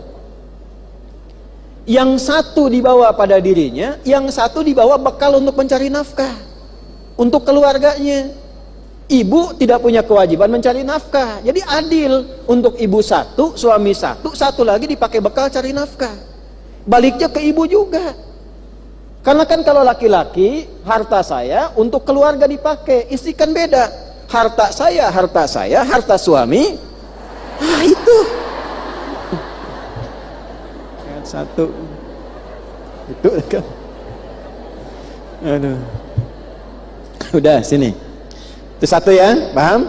La tuqaddimu baina yadayillahi wa rasul. Jadi praktek ayat ini kalau sudah Allah perintahkan, kalau ibu belum paham jangan protes dulu, pelajari dulu. Misal Allah perintahkan indah banget tentang jilbab, tentang hijab. Ya ayyuhan nabi, wahai nabi. Tadi kan kalimatnya. Kul li azwajika wa banatika. Sampaikan pada istri-istrimu dan anak-anak perempuanmu, wa nisa'il mu'minin, dan seluruh perempuan-perempuan istri-istri orang beriman, perempuan-perempuan beriman. Ibu bayangkan Bu, saking indahnya, seluruh perempuan yang beriman disetarakan di hukum ini dengan istri-istri Nabi dan anak-anak perempuan Nabi. Ibu kalau ada yang bilang begini misalnya, ibu diberikan kesempatan, Bu, tolong masuk ruangan itu dengan istri-istri Nabi dan dengan anak-anak Nabi. Ibu mau nggak? Masya Allah, gitu ya. Allah turunkan ayat, dibuka dengan kalimat menyamakan hukum ini dari istri-istri Nabi, anak-anak Nabi, sampai dengan perempuan-perempuan beriman. Apa kalimatnya? Perhatikan. Yudnina alaihinna min jalabi bihinna, sampaikan pada perempuan-perempuan beriman, sama dengan istrimu, sama dengan anak perempuanmu, coba mulai hari ini kenakan jilbabnya, rendahkan jilbabnya, turun perintah. Nah ibu kalau belum paham kenapa harus ada ini, pelajari dulu kenapa saya diminta berjilbab ya. Lalu perhatikan kalimatnya. Asa ayyu'rafna fala yu'dzaina. Lewat jilbab itu aku ingin berikan hadiah kepada setiap perempuan-perempuan beriman, yang dengan itu dikenalilah orang itu mendapatkan hadiah dariku. Dan kalau dia sudah mengenakan itu, wajib bagi laki-laki muslim menjaga dan melindungi kehormatannya. Ibu tahu kejadiannya apa? Perempuan muslimah sebelum hijab turun, itu ada preman-preman sekitaran Madinah yang mengganggu. Ketika diganggu, dilaporkan ke Nabi. Turunlah kemudian ayat ini. Begitu turun ayat ini, maka orang-orang muslim yang perempuan mulai mengenakan kerudung sebagai penanda bahwa ini orang telah muslim, ada hadiah dari Allah, dan ada ayat berlaku. Laki-laki muslim dimanapun berada yang menggunakan kerudung lindungi. Maka ketika seorang mengganggu perempuan ini lagi, maka berangkatlah keluar orang-orang Islam yang laki-laki mengatasi gangguan itu sampai selesai gangguan. Jadi ini jilbab bukan sekedar aksesori digunakan, bukan. Tanda hadiah dari Allah yang kala itu dikenakan dengan iman, otomatis laki-laki punya kewajiban melindunginya walaupun dia bukan mahramnya. Makanya sangat berdosa bila ada perempuan mengenakan kerudung dan mengerjakan maksiat dengan kerudungnya. Hati-hati tuh, nyuri di toko pakai kerudung gitu kan, simpen di balik kerudungnya. Anda bayangkan hadiah Allah dipakai untuk tindakan kriminal, itu dosanya besar. Ya, maka coba belajar dulu itu supaya merasakan kenikmatannya. Nanti setahap setelah paham, coba rasakan itu sampai nanti pulang dalam keadaan sudah berusaha menggunakan itu dan wafat dalam keadaan menerima hadiah Allah. Makanya kenapa saat wafat kerudung itu dipakaikan lagi, tambahan dari kain kafan. Karena hadiah itu berlaku bahkan setelah wafat. Jadi kalau ada perempuan muslim misalnya tidak menggunakan kerudung, itu tetap ketika dia meninggal dipakaikan kain kafan tambahan kerudung di dalamnya. Beda dengan laki-laki Kang Daan tuh, yang dipaksakan. Laki-laki cuma 2, perempuan tambah 1 lagi untuk kerudungnya. Betapa tinggi nilai itu di hadapan Allah Subhanahu wa ta'ala. Nah ini kalau Allah sudah berikan hukum pasti ada kebaikan. Coba ibu terima dulu, belajar hikmahnya, dan cari perhatian Allah, abaikan perhatian manusia. Dilakukan dengan iman, mereka pasti akan menerima dengan baik. Jelas? Ya. Saya sering bercanda begini, jangan sampai bikin malaikat itu nanti jadi heran. Ya, begitu kemudian dipakaikan kain kafan ada kerudungnya. Dilihat sama malaikat, atas kerudungan gening. Ini bercanda ya. Tapi juga jangan kita mencela orang. Ya, kalau ada misalnya yang sedang belajar, kita doakan, didukung, ya, didoakan dengan baik, dan jangan dijauhi. Oh, ini mah bukan circle saya. Oh, tidak. Ya, kurang kerjaan itu. Dah. Kenapa saya katakan itu? Karena ada di antara sahabat perempuan pun yang saking belum punya kerudung, itu belum pakai kerudung. Sehingga dalam sholat Idul Fitri kata Nabi, tolong perempuan yang punya kerudung lebih, pinjamkan pada kawannya, pakaikan itu supaya dia bisa berkerudung dalam kesempatan sholat itu. Indah tuh. Jelas? Balik ke sini. Wattaqullah. Orang-orang yang berusaha selalu mengamalkan kebaikan walaupun itu dipandang mengoreksi kekurangannya, itu bagian dari upaya meningkatkan takwa kepada Allah. Saya diperbaiki oleh Kang Daan misalnya, Ustadz, tadi kayaknya ada yang keliru menyebutkan. Saya lihat, oh betul keliru. Lalu saya berusaha menyampaikan yang tadi keliru ya, yang benar yang ini. Nah itu bagian dari ketakwaan kita kepada Allah. Jadi jangan gengsi memperbaiki kekurangan. Jelas? Innallaha sami'un alim. Karena pasti Allah mendengar semua yang kita katakan. Alim, maha mengetahui tujuan dan keadaan hati kita saat mengungkapkannya. Hati-hati bu, kalau mau ngobrol Allah tahu tuh ya. Tanamkan pada hatimu yang paling dalam. Kalau ibu mau cerita pada siapapun, sebelum diungkapkan Allah sudah tahu dan paham maksudnya apa.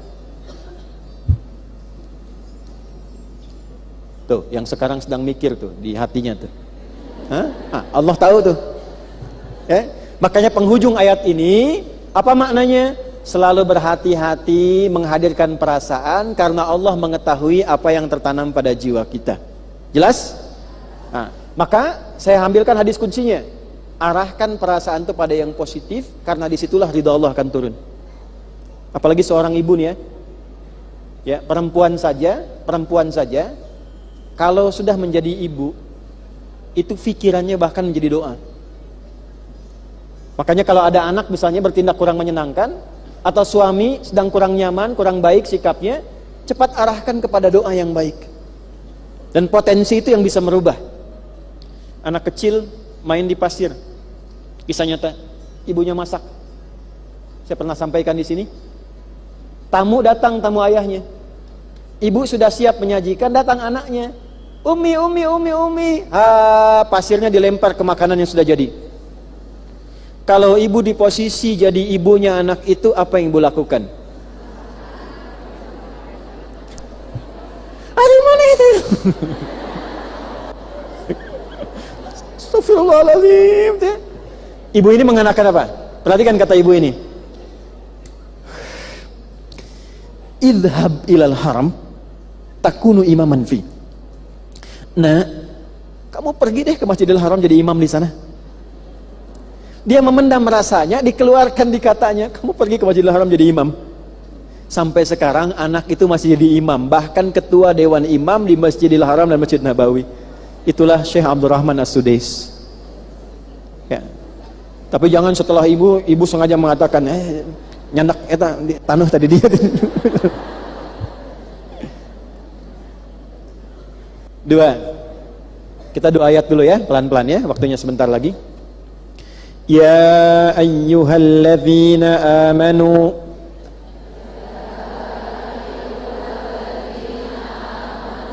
la tarfa'u aswatakum fawqa sawtin nabi la tarfa'u aswatakum fawqa sawtin nabi wala tajharu lahu. Saya sengaja baca ujungnya dengan harakat supaya bunyi ya, ketahuan. Saya tidak matikan. Wala tajharu lahu bil qaul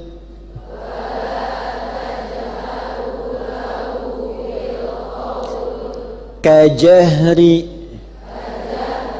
ba'dikum li ba'd an tahbata a'malukum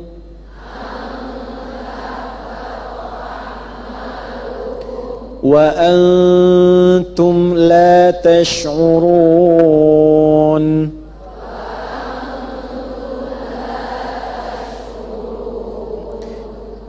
Ya ayyuhalladzina amanu, wahai seluruh yang telah menyatakan beriman. Saya tidak akan mengulang lagi. Hukum kedua. Hukum pertama tadi sudah, hukum kedua. La tarfa'u aswatakum fawqa sautin nabi. Jangan meninggikan, mengeraskan suaramu di atas suara Nabi. Volumenya. Sudah? Wala tajharu lahu bil qawli, dan jangan biasakan memanggil Nabi dengan keras-keras atau bicara keras-keras di dekat Nabi. Kajahri ba'dikum li ba'd, seperti engkau ngobrol keras dengan temanmu. Perhatikan ya konsekuensinya. Antahbata a'malukum, perbuatan itu bisa menghilangkan amalmu seketika. Wa antum la tash'urun, dan engkau tidak menyadari itu terjadi. Pelan-pelan. Tadi yang sedang berdebat kencang itu siapa? Abu Bakar dan Umar. Saking kencangnya kedengaran ke Nabi ya. Baik. Wah. Maka ayat kedua ini masih seputar tentang Abu Bakar dan Umar. Kembali ke kaidah. Al-ibaratu bi'umumil lafzi la bi khususis sababi. Hukum itu berlaku dengan keumuman makna hukumnya karena lafaz, bukan karena sebabnya. Kita berterima kasih pada sahabat Abu Bakar, sahabat Umar, dengan kejadian ini turun hukum untuk memandu kita berakhlak kepada Nabi. Hukum kedua tentang akhlak terhadap Nabi. Akhlak terhadap Nabi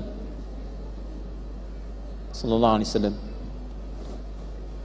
Pelan-pelan. La tarfa'u aswatakum fawqa sautin Nabi. Jangan meninggikan, mengeraskan suara di atas volume suara Nabi. Pernah dengar riwayat Nabi teriak-teriak? Belum pernah kan? Ya. Kecuali misalnya dalam militer, ketika mempertahankan wilayah, memberikan instruksi, kan nggak mungkin pelan. Khalid, maju, ya kan nggak mungkin. Ya, Khalid, maju, pasukan pemanah, naik, gitu kan? Gitu. Ya, kalau ngobrol biasa begini, wala tajharu lahu bil qaul, jangan tinggikan. Seperti ngobrol pada umumnya. Ada adab terhadap Nabi. Kalau bicara dengan Nabi, jangan seperti dengan orang pada umumnya. Suara terlampau tinggi, seakan-akan tidak ada penghormatan kepada Nabi. Nah, ini poinnya. Orang yang sengaja bersikap terhadap Nabi dengan cara hati-hati yang terlihat mengurangi kehormatan Nabi, itu seketika amalannya akan hilang pahalanya tanpa dia sadari. Nah, sekarang nabinya masih ada nggak? Saya ulangi, nabinya masih ada nggak? Ada, cuma terkubur kan, sudah meninggal. Baik kan? Hukumnya masih berlaku. Dan ingat, Nabi beda dengan kita. Walaupun kemudian beliau sudah wafat, sudah dikuburkan, tapi keadaannya terjaga di sisi Allah Subhanahu wa taala, dan di antara penjagaan Allah masih mengalirkan komunikasi umatnya kepada Nabi. Ini yang tidak dimiliki nabi-nabi lain. Bagaimana cara mengalirkan komunikasinya? Turun ayat di Al-Ahzab ayat ke-56 itu. Innallaha malaikatahu yusalluna 'alan Nabi, ya ayyuhalladzina amanu sallu alaihi wa sallimu. Allah dan para malaikat memberikan salawat pada Nabi. Salawatnya Allah itu kasih sayang, pujian. Salawatnya malaikat kepada Nabi itu pengagungan, kemuliaan. Salawatnya kita kepada Nabi, penghormatan kepada Rasulullah yang telah memberikan kebaikan pada kita selama hidup. Bahkan kalau kita salawat, ketika kita salawat, sampai salawat itu pada Nabi dan ditetapkan oleh Allah, kembali pahala pada kita 10 kebaikan. Man shalla alayya, kata Nabi, salatan wahidah sallallahu alaihi asra salawat. Siapa yang salawat pada Nabi, 1 salawat, itu melahirkan pahala 10 kebaikan langsung kembali kepadanya. Nabi nggak butuh salawat kita, tapi itu gambaran penghormatan kita pada Nabi yang telah merubah kehidupan kita dengan perjuangan beliau, sehingga kita menjadi lebih baik. Ibu tahu dari mana kita bisa menjadi baik, berakhlak yang baik, hubungan sama Allah baik, kalau bukan Nabi pernah sampaikan? Cara membalasnya bagaimana? Nggak bisa. Minimal hormati itu, agungkan itu dengan sholawat. Nah dahsyatnya Nabi Muhammad, kalaupun sudah meninggal, kita nggak bertemu, kalau sholawat, Allah tugaskan satu malaikat mengantarkan sholawat itu langsung kepada Nabi. Itu yang nggak ditemukan di nabi-nabi lain. Nah, artinya kalau sedang sholawat, bicaranya kepada siapa? Ditujukannya Nabi, maka berlakulah hukum ini. Jangan sembarangan sholawat keras. Ya, di zaman Nabi, nabinya ada, bukan sekedar sholawat. Kalau di zaman Nabi langsung interaksi. Oi Muhammad, itu kan hilang amal seketika. Sama dengan sholawat juga. Ya, bahkan ada ulama yang langsung mengatakan, nanti buka di beberapa kitab tafsir dan disimpulkan keterangan ini oleh Syekh Mustafa Al-Maraghi ketika menafsirkan ayat ini. Bahkan demi menghormati Nabi, memanggil nama Nabi pun jangan langsung ke namanya. Minimal sertakan nama Nabi atau Rasul di depannya. Rasul, Nabi. Maaf ya, itu ada adik misalnya. Lihat Kang Daan di sini, tiba-tiba manggil, "Woi Daan." Maaf Kang, punten gitu ya. Gimana kira-kira? Nggak sopan ya? Ya, bayangkan pada manusia biasa saja kita manggil dengan adab. Kepada Nabi adabnya bagaimana? Ada ulama mengatakan, langsung menyimpulkan dari ayat ini, sertakan kalimat yang Allah pun mengajarkan pada kita menyertakannya. Ya ayuhan Nabi. Maka sertakan sebelum kata Muhammad nama Nabi Muhammad sallallahu alaihi wasallam. Atau kita singkat Rasulullah sallallahu alaihi wasallam. Kecuali dalam dua bab utama, misal dalam sholat, itu pun ada ikhtilaf kecil, juga dalam syahadat. Syahadat kita boleh langsung mengatakan karena disandingkan dengan Allah langsung. Asyhadu an la ilaha illallah wa asyhadu anna Muhammadan, itu boleh langsung. Itu dalam tahiyat. Asyhadu an la at-tahiyatu lillah sampai ujungnya, at-tahiyatul mubarakatuh shalawatut thayyibah sampai ujungnya, karena ada 7 versi doa. Langsung ke syahadat, asyhadu an la ilaha illallah wa asyhadu anna Muhammadan Rasulullah. Di luar aspek itu, interaksi keseharian, ada 3 yang melekat pada Nabi. Nabi Muhammad, Rasulullah, Sayyidina Muhammad. Dari mana hadis tentang Sayyidina? Ana sayyidu ibnu Adam wala fakhar. Kata Nabi, kalau ada yang dipanggil Sayyid, tuan, saya Sayyid ibnu Adam. Saya itu tuannya seluruh anak cucu Adam, tapi tidak ada fakhar. Tidak ada di situ rasa kebanggaan, tidak ada kesombongan dan sebagainya. Dari situ ulama menurunkan sampai ada Syekh Ibnu Taimiyah, beliau menulis kitab dalam Tazkiyatun Nafas, itu membuka mukaddimahnya dengan kalimat Allahumma sholli ala Sayyidina Muhammad. Jadi boleh pakai kata Nabi, boleh pada kata Rasul, boleh pada kata Sayyidina. Dan ini sudah biasa. Awas jangan sampai nanti apa Bapak Ibu tidak menyadari bahwa Muhammad Rasul kita pernah menyampaikan. Nah, itu nggak sopan. Jadi menyampaikan kalimat ketika tidak sopan pada Nabi untuk menunjukkan bahwa ada rasa yang terpendam yang tidak nampak, dan itu tak sopan. Ketika keluar seperti itu pahala hilang. Tanpa terasa hilang. Wa antum la tash'urun antahbatu amalukum, amal-amal Anda selama ini langsung berkurang dengan kadar kesombongannya itu. Wa antum la tash'urun, dan dia tidak sadar bahwa pahalanya hilang. Jelas sampai sini? Nah, 2. Masih ada waktu? Kang Daan masih ada waktu? Wah, masih ya, sedikit lagi ya. Boleh saya sempurnakan ayat 3 dengan cepat? Yang kedua, 1 dengan 2 masih tentang adab terhadap Nabi sallallahu alaihi wasallam. Jadi kesimpulan pertama, kalau ada hukum dari Rasul langsung kerjakan. Kalau belum paham, pahami dulu hikmahnya sehingga terasa nikmat ketika mengerjakannya. Jelas? Yang kedua, beradablah ketika memanggil nama Nabi, bersalawat pada Nabi, atau berinteraksi yang mengaitkan Nabi dan keluarga terdekatnya, misalnya seperti istri-istrinya, itu juga lekat dengan Nabi. Sehingga biasakan misalnya manggil Sayyidah Aisyah, Sayyidah Khadijah, Sayyidah Hafsah, ya, karena itu terkait dengan kedekatan dengan Nabi sallallahu alaihi wasallam. Jelas sampai sini? Ya. Baik. 3. Cepat.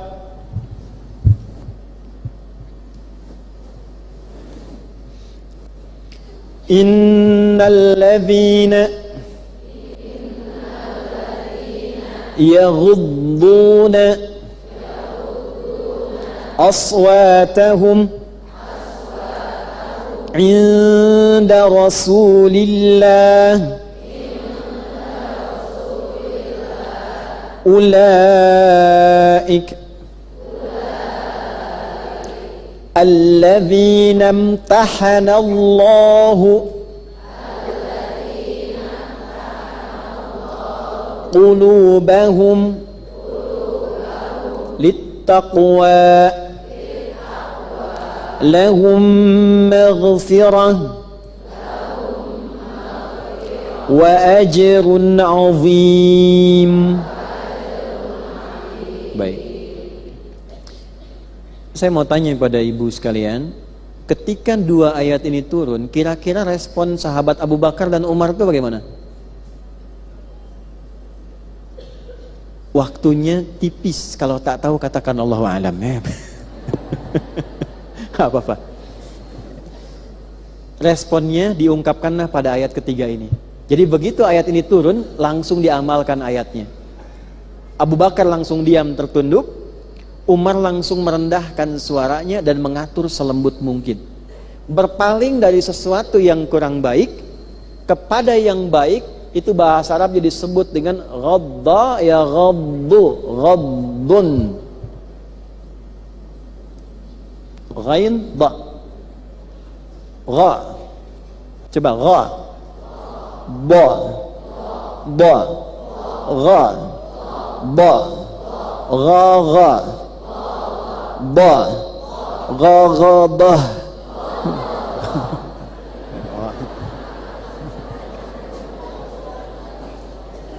Nanti lain waktu kalau ada waktu belajar tajwid. Tajwid itu enak kalau kita paham ya isinya. Ibu tadi ngaji apa dengan Ustaz Adi? Ghaddah. Dah, balik lagi sini. Memalingkan dari yang kurang baik pada yang baik, ghaddun. Misal, ini keluar ada iklan gak bagus. Ibu buka handphone, pengen lihat ceramah, ada iklan gak bagus. Maka pandangannya dipalingkan dari yang gak baik itu. Pandangan disebut basar, memalingkan dari yang tidak baik pada yang baik, ghaddul basar. Jelas? Nah, misalnya Quran surah ke-24 ayat 31 untuk perempuan. Wa qul lil mu'minati yaghdudna min absarihinna. Ghaddul basar. Kalau memalingkan kata-kata kurang baik jadi baik. Keras jadi lembut. Kosakata kurang baik jadi baik. Itu namanya ghaddul aswat, ghaddus saut. Jelas? Maka turun di ayat ini Abu Bakar As-Siddiq radhiyallahu taala anhu, Umar bin Al-Khattab radhiyallahu taala anhu, ketika turun ayat 1, ayat 2, itu seketika apa? Beliau langsung mengamalkan ayatnya karena ketaatan pada Allah dan Rasul. Itu niatnya. Tolong catat ini ya Bu ya. Jadi berubah jadi baik itu bukan karena dituntut baik, bukan. Karena Allah perintahkan. Ibu pakai kerudung pun, pakai jilbab pun, bukan karena ingin terlihat tampil lebih bagus, bukan. Karena Allah perintahkan. Kalau nggak diperintahkan, saya akan lakukan. Kalau ada orang yang seperti itu langsung dipuji. Pertama, perhatikan pujian Allah dalam Al-Quran. Itulah orang yang lulus ujian takwa dalam jiwanya. Jadi ujian itu tidak harus datang lewat kebaikan, kadang-kadang lewat kesalahan. Jelas? Abu Bakar, Umar diuji oleh Allah, diizinkan terjadi. Kan kalau Allah nggak izinkan nggak mungkin terjadi. Untuk apa? Pelajaran besarnya bukan untuk menyimpulkan Abu Bakar salah nih, Umar salah nih. Tidak, itu salah kesimpulan. Untuk menunjukkan ketika itu terjadi, responnya apa? Langsung berubah mengikuti petunjuk Allah. Turun ayat ketiga. Itulah orang yang lulus ujian, petanda hatinya bersih, jiwa takwanya muncul. Ini langsung pujian Allah yang diberikan pada Abu Bakar dan Umar. Makanya kalau ada orang mengaku Islam mencela sahabat Nabi seperti Abu Bakar dan Umar, itu langsung bertentangan dengan keterangan dan ayat Quran yang Allah turunkan. Nih.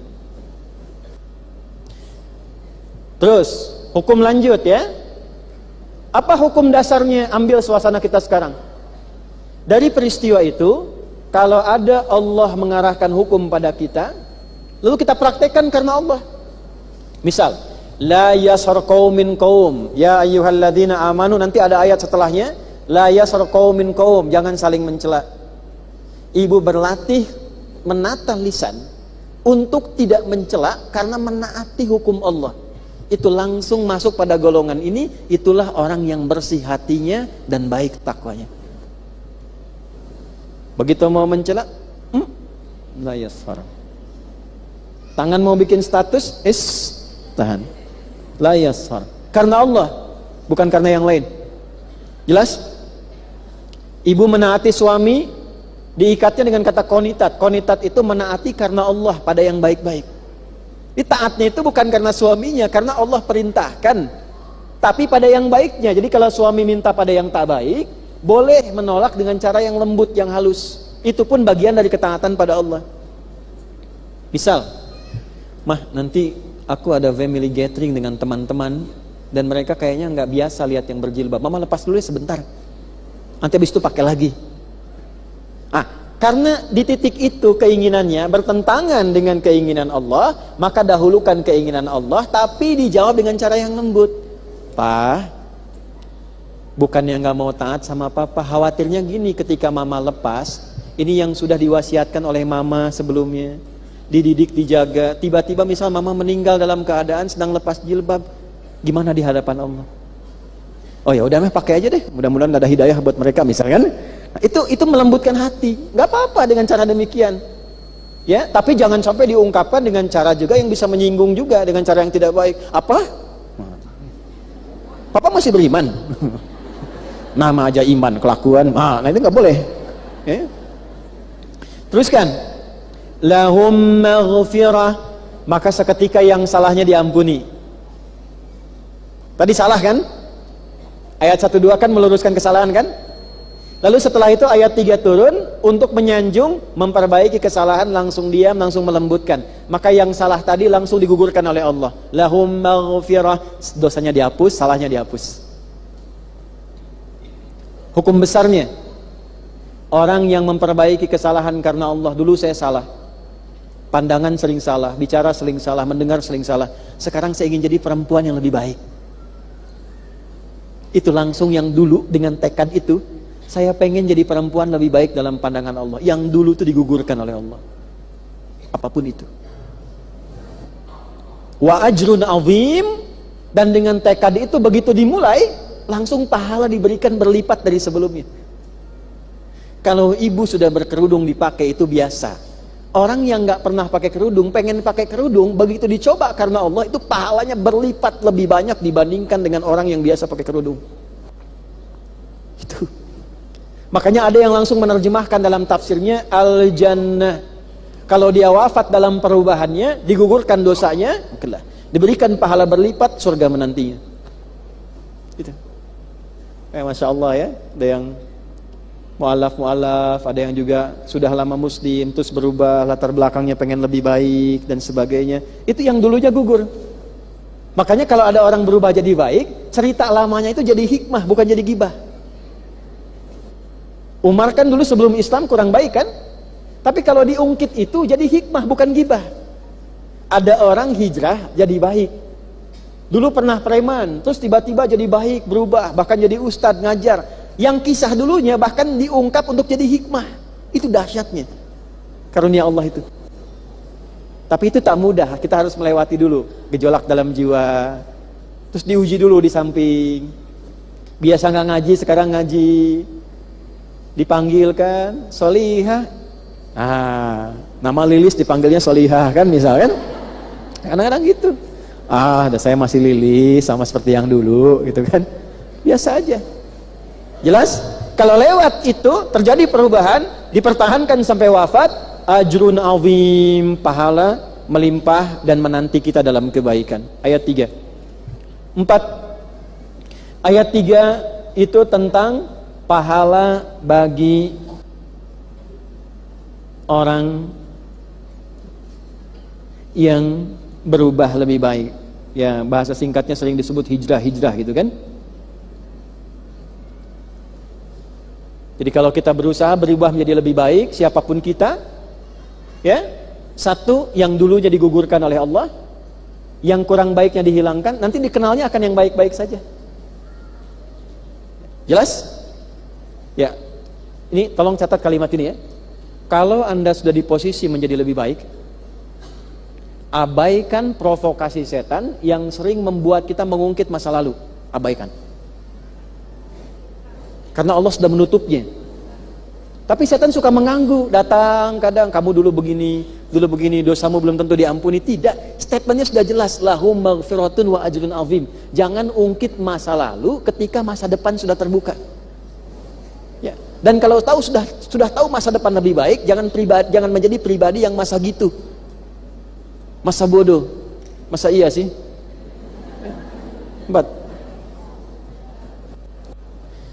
Dah, adab dengan Rasul sudah, pahala terbaik untuk berubah sudah. Ayat 4, saya cepat, waktunya sebentar lagi, tinggal 5 menit.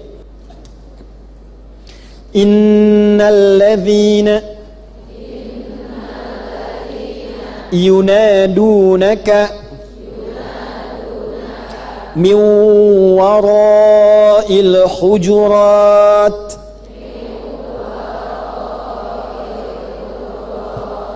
aktsaruhum la ya'qilun. Ibu masih ingat tadi ada orang-orang yang datang pengen ketemu Nabi, asalnya dari mana? Bani Tamim. 1 juta rupiah ya untuk ibu ini Pak Dan ya, tolong dicatat. Jumlahnya berapa? Banyak ya, nggak ada hadiahnya itu. Banyak. Manggil-manggil kan? Kalau banyak ujungnya pakai un, itu tandanya banyak. Muslim 1 orang, muslimun banyak. Mukmin 1 orang, mukminun banyak. Muhsin 1 orang, muhsinun. Pas ya? Mi-nya 1 kalau banyak, soun. Yunadun.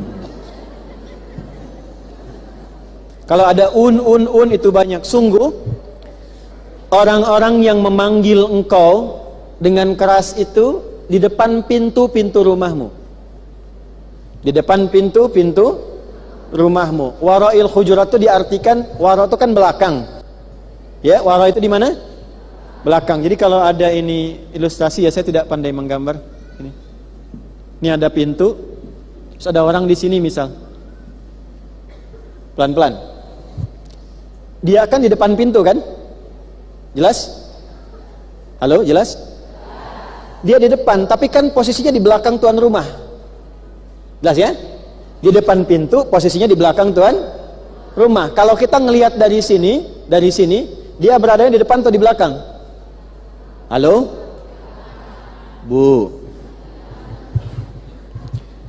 Ini ada mic nih, ya. Ini di depan mic apa di belakang mic? Oke? Ini di depan mic atau di belakang mic? Kalau lihatnya dari sini, ini di depan mic kan? Lihatnya dari sini di belakang mic. Cobalah ibu lihat peristiwa itu, orang yang manggil-manggil di belakang pintu, karena kita diilustrasikan, diminta berilustrasi melihat orang ini manggil. Seakan terlihat di belakang. Jelas? Padahal dia berada di depan. Itulah dahsyatnya Al-Quran menggunakan majas. Coba engkau ilustrasikan peristiwa itu. Kalau ibu datang ke situ, ke Raudhah pas lewat, coba ibu bayangkan dulu pernah ada orang-orang manggil-manggil di situ. Paham ngajinya? Yunaduna kami wara'il hujurat. Mereka manggil dengan kencang, Muhammad, Muhammad, kan? Aktsaruhum la yaqilun. Perbuatan semacam itu menandakan bahwa orang demikian kurang berpikir, kurang terpelajar, kurang baik. Maka orang beriman, karena dipanggilnya dengan iman, orang beriman beda. Orang beriman itu 1, terpelajar, yang kedua penuh dengan adab. Terpelajar, berpikir, yang kedua beradab.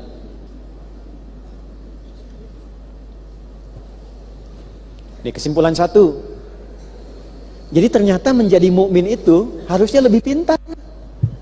Harusnya. Yang kedua, menjadi orang beriman itu selain pintar, menjadi lebih baik, beradab. Jadi kalau ada orang mengaku beriman, pintar tapi tidak beradab, baru setengah iman itu. Jelas? Halo, jelas? Maka coba cek ya. Kalau kurang pintar, tingkatkan imannya. Karena iman selalu bersanding dengan ilmu dalam bab pengetahuan. Ya, yarfa'illahu alladhina amanu minkum walladzina utul ilma darajat. Iman ketemu ilmu.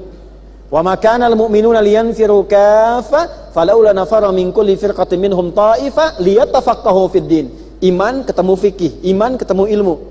Jadi Bu harus bangga menjadi pribadi beriman dan buktikan keimanan kita itu menjadi lebih pintar. Kita itu umat Iqra, ayo baca yang banyak. Ibu sehari saya tanya, Ibu sehari baca berapa buku? Oh. Kan ayatnya Iqra. Ayo punya target sehari baca buku tentang Sayyidah Aisyah, 1 bulan selesai. Besok baca buku tentang Sayyidah Khadijah, sebulan selesai. Qurannya coba sehari berapa juz? Kita kumaha ya. Kan nanti naik ke surga dipanggil dengan Qurannya. Dipanggil dengan Quran yang biasa dibaca. Ayo ngaji. Ya, ini tolong ya pesan saya. Usahakan selalu menghafal Quran. Jangan terlalu berlebihan, tidak harus menjadi 30 juz. Berusaha aja. Kalaupun wafat dengan 1 juz, 2 juz, setengah ayat misalnya, setengah ayat. Ya, setengah surat misalnya kan? Setengah surat. Nanti tercatat dalam wafatnya itu tercatat sedang menghafal Quran. Itu yang penting tuh itu status terakhir. Sedang menghafal Quran. Nun, meninggal. Tertulis di buku catatan, meninggal sedang menghafal Nun. Ya, ayo baca. Baca, tugas hidupnya dibaca, baca, setelah itu beradab. Ngaji yang beradab, jangan ngaji pinter dalil, dipakai dalil untuk saling berdebat. Itu kurang adab. Dalilnya dipakai untuk beribadah, beramal, berakhlak. Hukum kedua, cara bertamu yang baik. Jangan bertamu walaupun penting memaksakan diri dengan teriak-teriak. Ya, pakai adabnya. Apa ketentuan di rumah itu? Misal ada bel misalnya, pijit bel nggak apa-apa, pijit dulu belnya. Tapi sunahnya assalamualaikum. Saat orangnya keluar, assalamualaikum. Bahkan sekarang belnya sudah ada bel assalamualaikum ya. Assalamualaikum, gitu kan? Belnya assalamualaikum, orangnya enggak, gitu kan? Pijit bel nggak apa-apa, pijit bel, ting keluar, begitu keluar assalamualaikum. Nah, kejadian ini ditolak oleh Quran, Apa yang ditolak? Memaksa tuan rumah keluar dengan kalimat-kalimat yang tidak pantas diucapkan. Orang beriman nggak akan melakukan itu. Kondon, keluar, kondon. Ustad, gitu kan? Ustad di dalam kan? Keluar dong, misalnya. Nah itu nggak baik. Itu tandanya kurang iman. Kurang terpelajar, kurang beradab. Ya, gunakan hukumnya. Kalaupun nanti bel, pencet belnya. Ya, misalnya ada ketentuan di situ, gunakan dengan baik. Minimal sebagai muslim ucapkan apa? Assalamualaikum. Ketok, kalau nggak ada bel, ketok sekali. Nggak ada lagi 2 kali, nggak ada lagi 3 kali, nggak ada, ya sudah pergi. Jelas? Dah, ayat 5 terakhir. Ini terakhir kita tutup. Walau annahum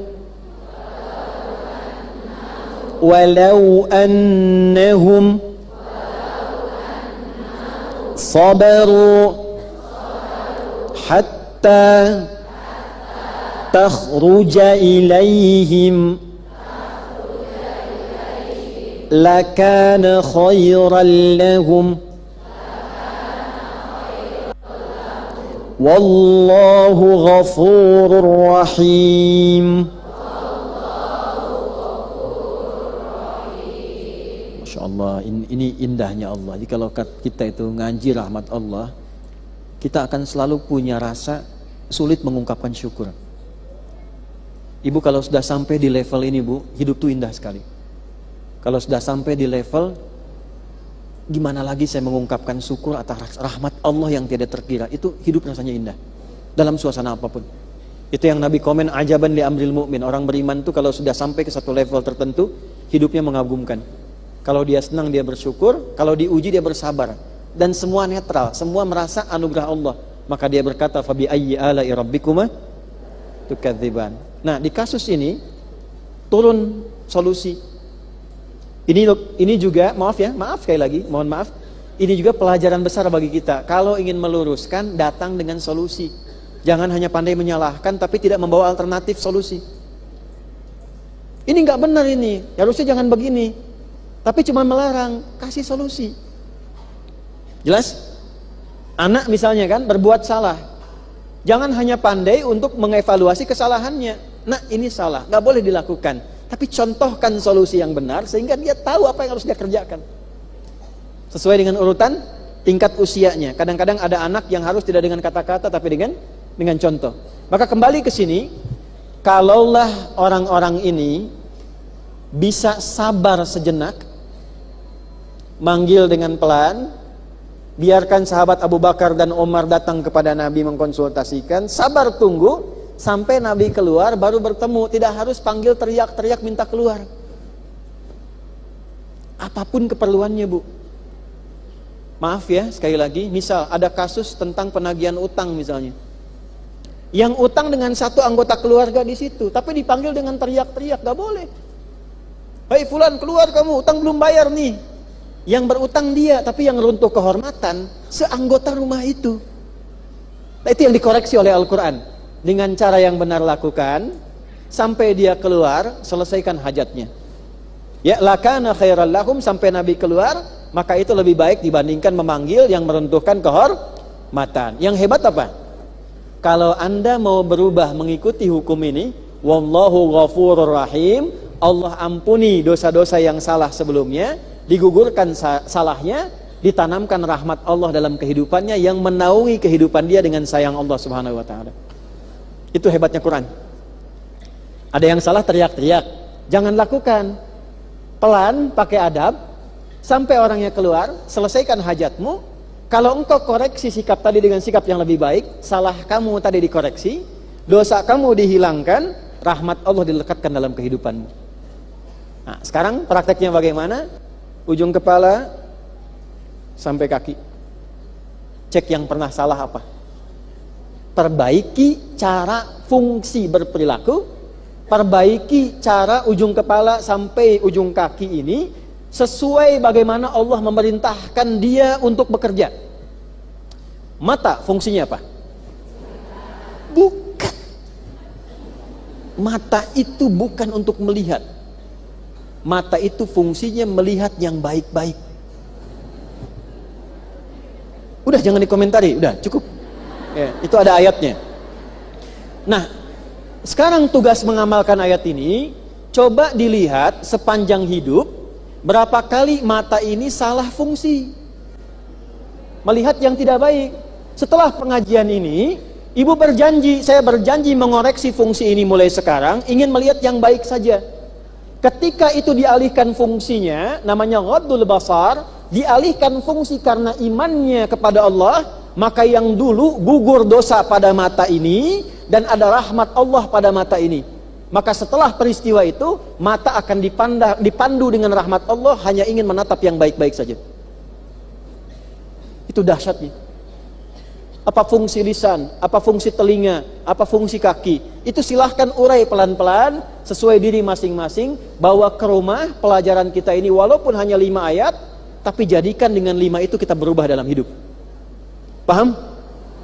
Halo? Ini apa? Ini? Oke, coba dicek tuh dari atas sampai bawah ya, sampai berubah gitu. Dan atur nuhun. Baik. Hari ini kita 5 ayat dulu ya.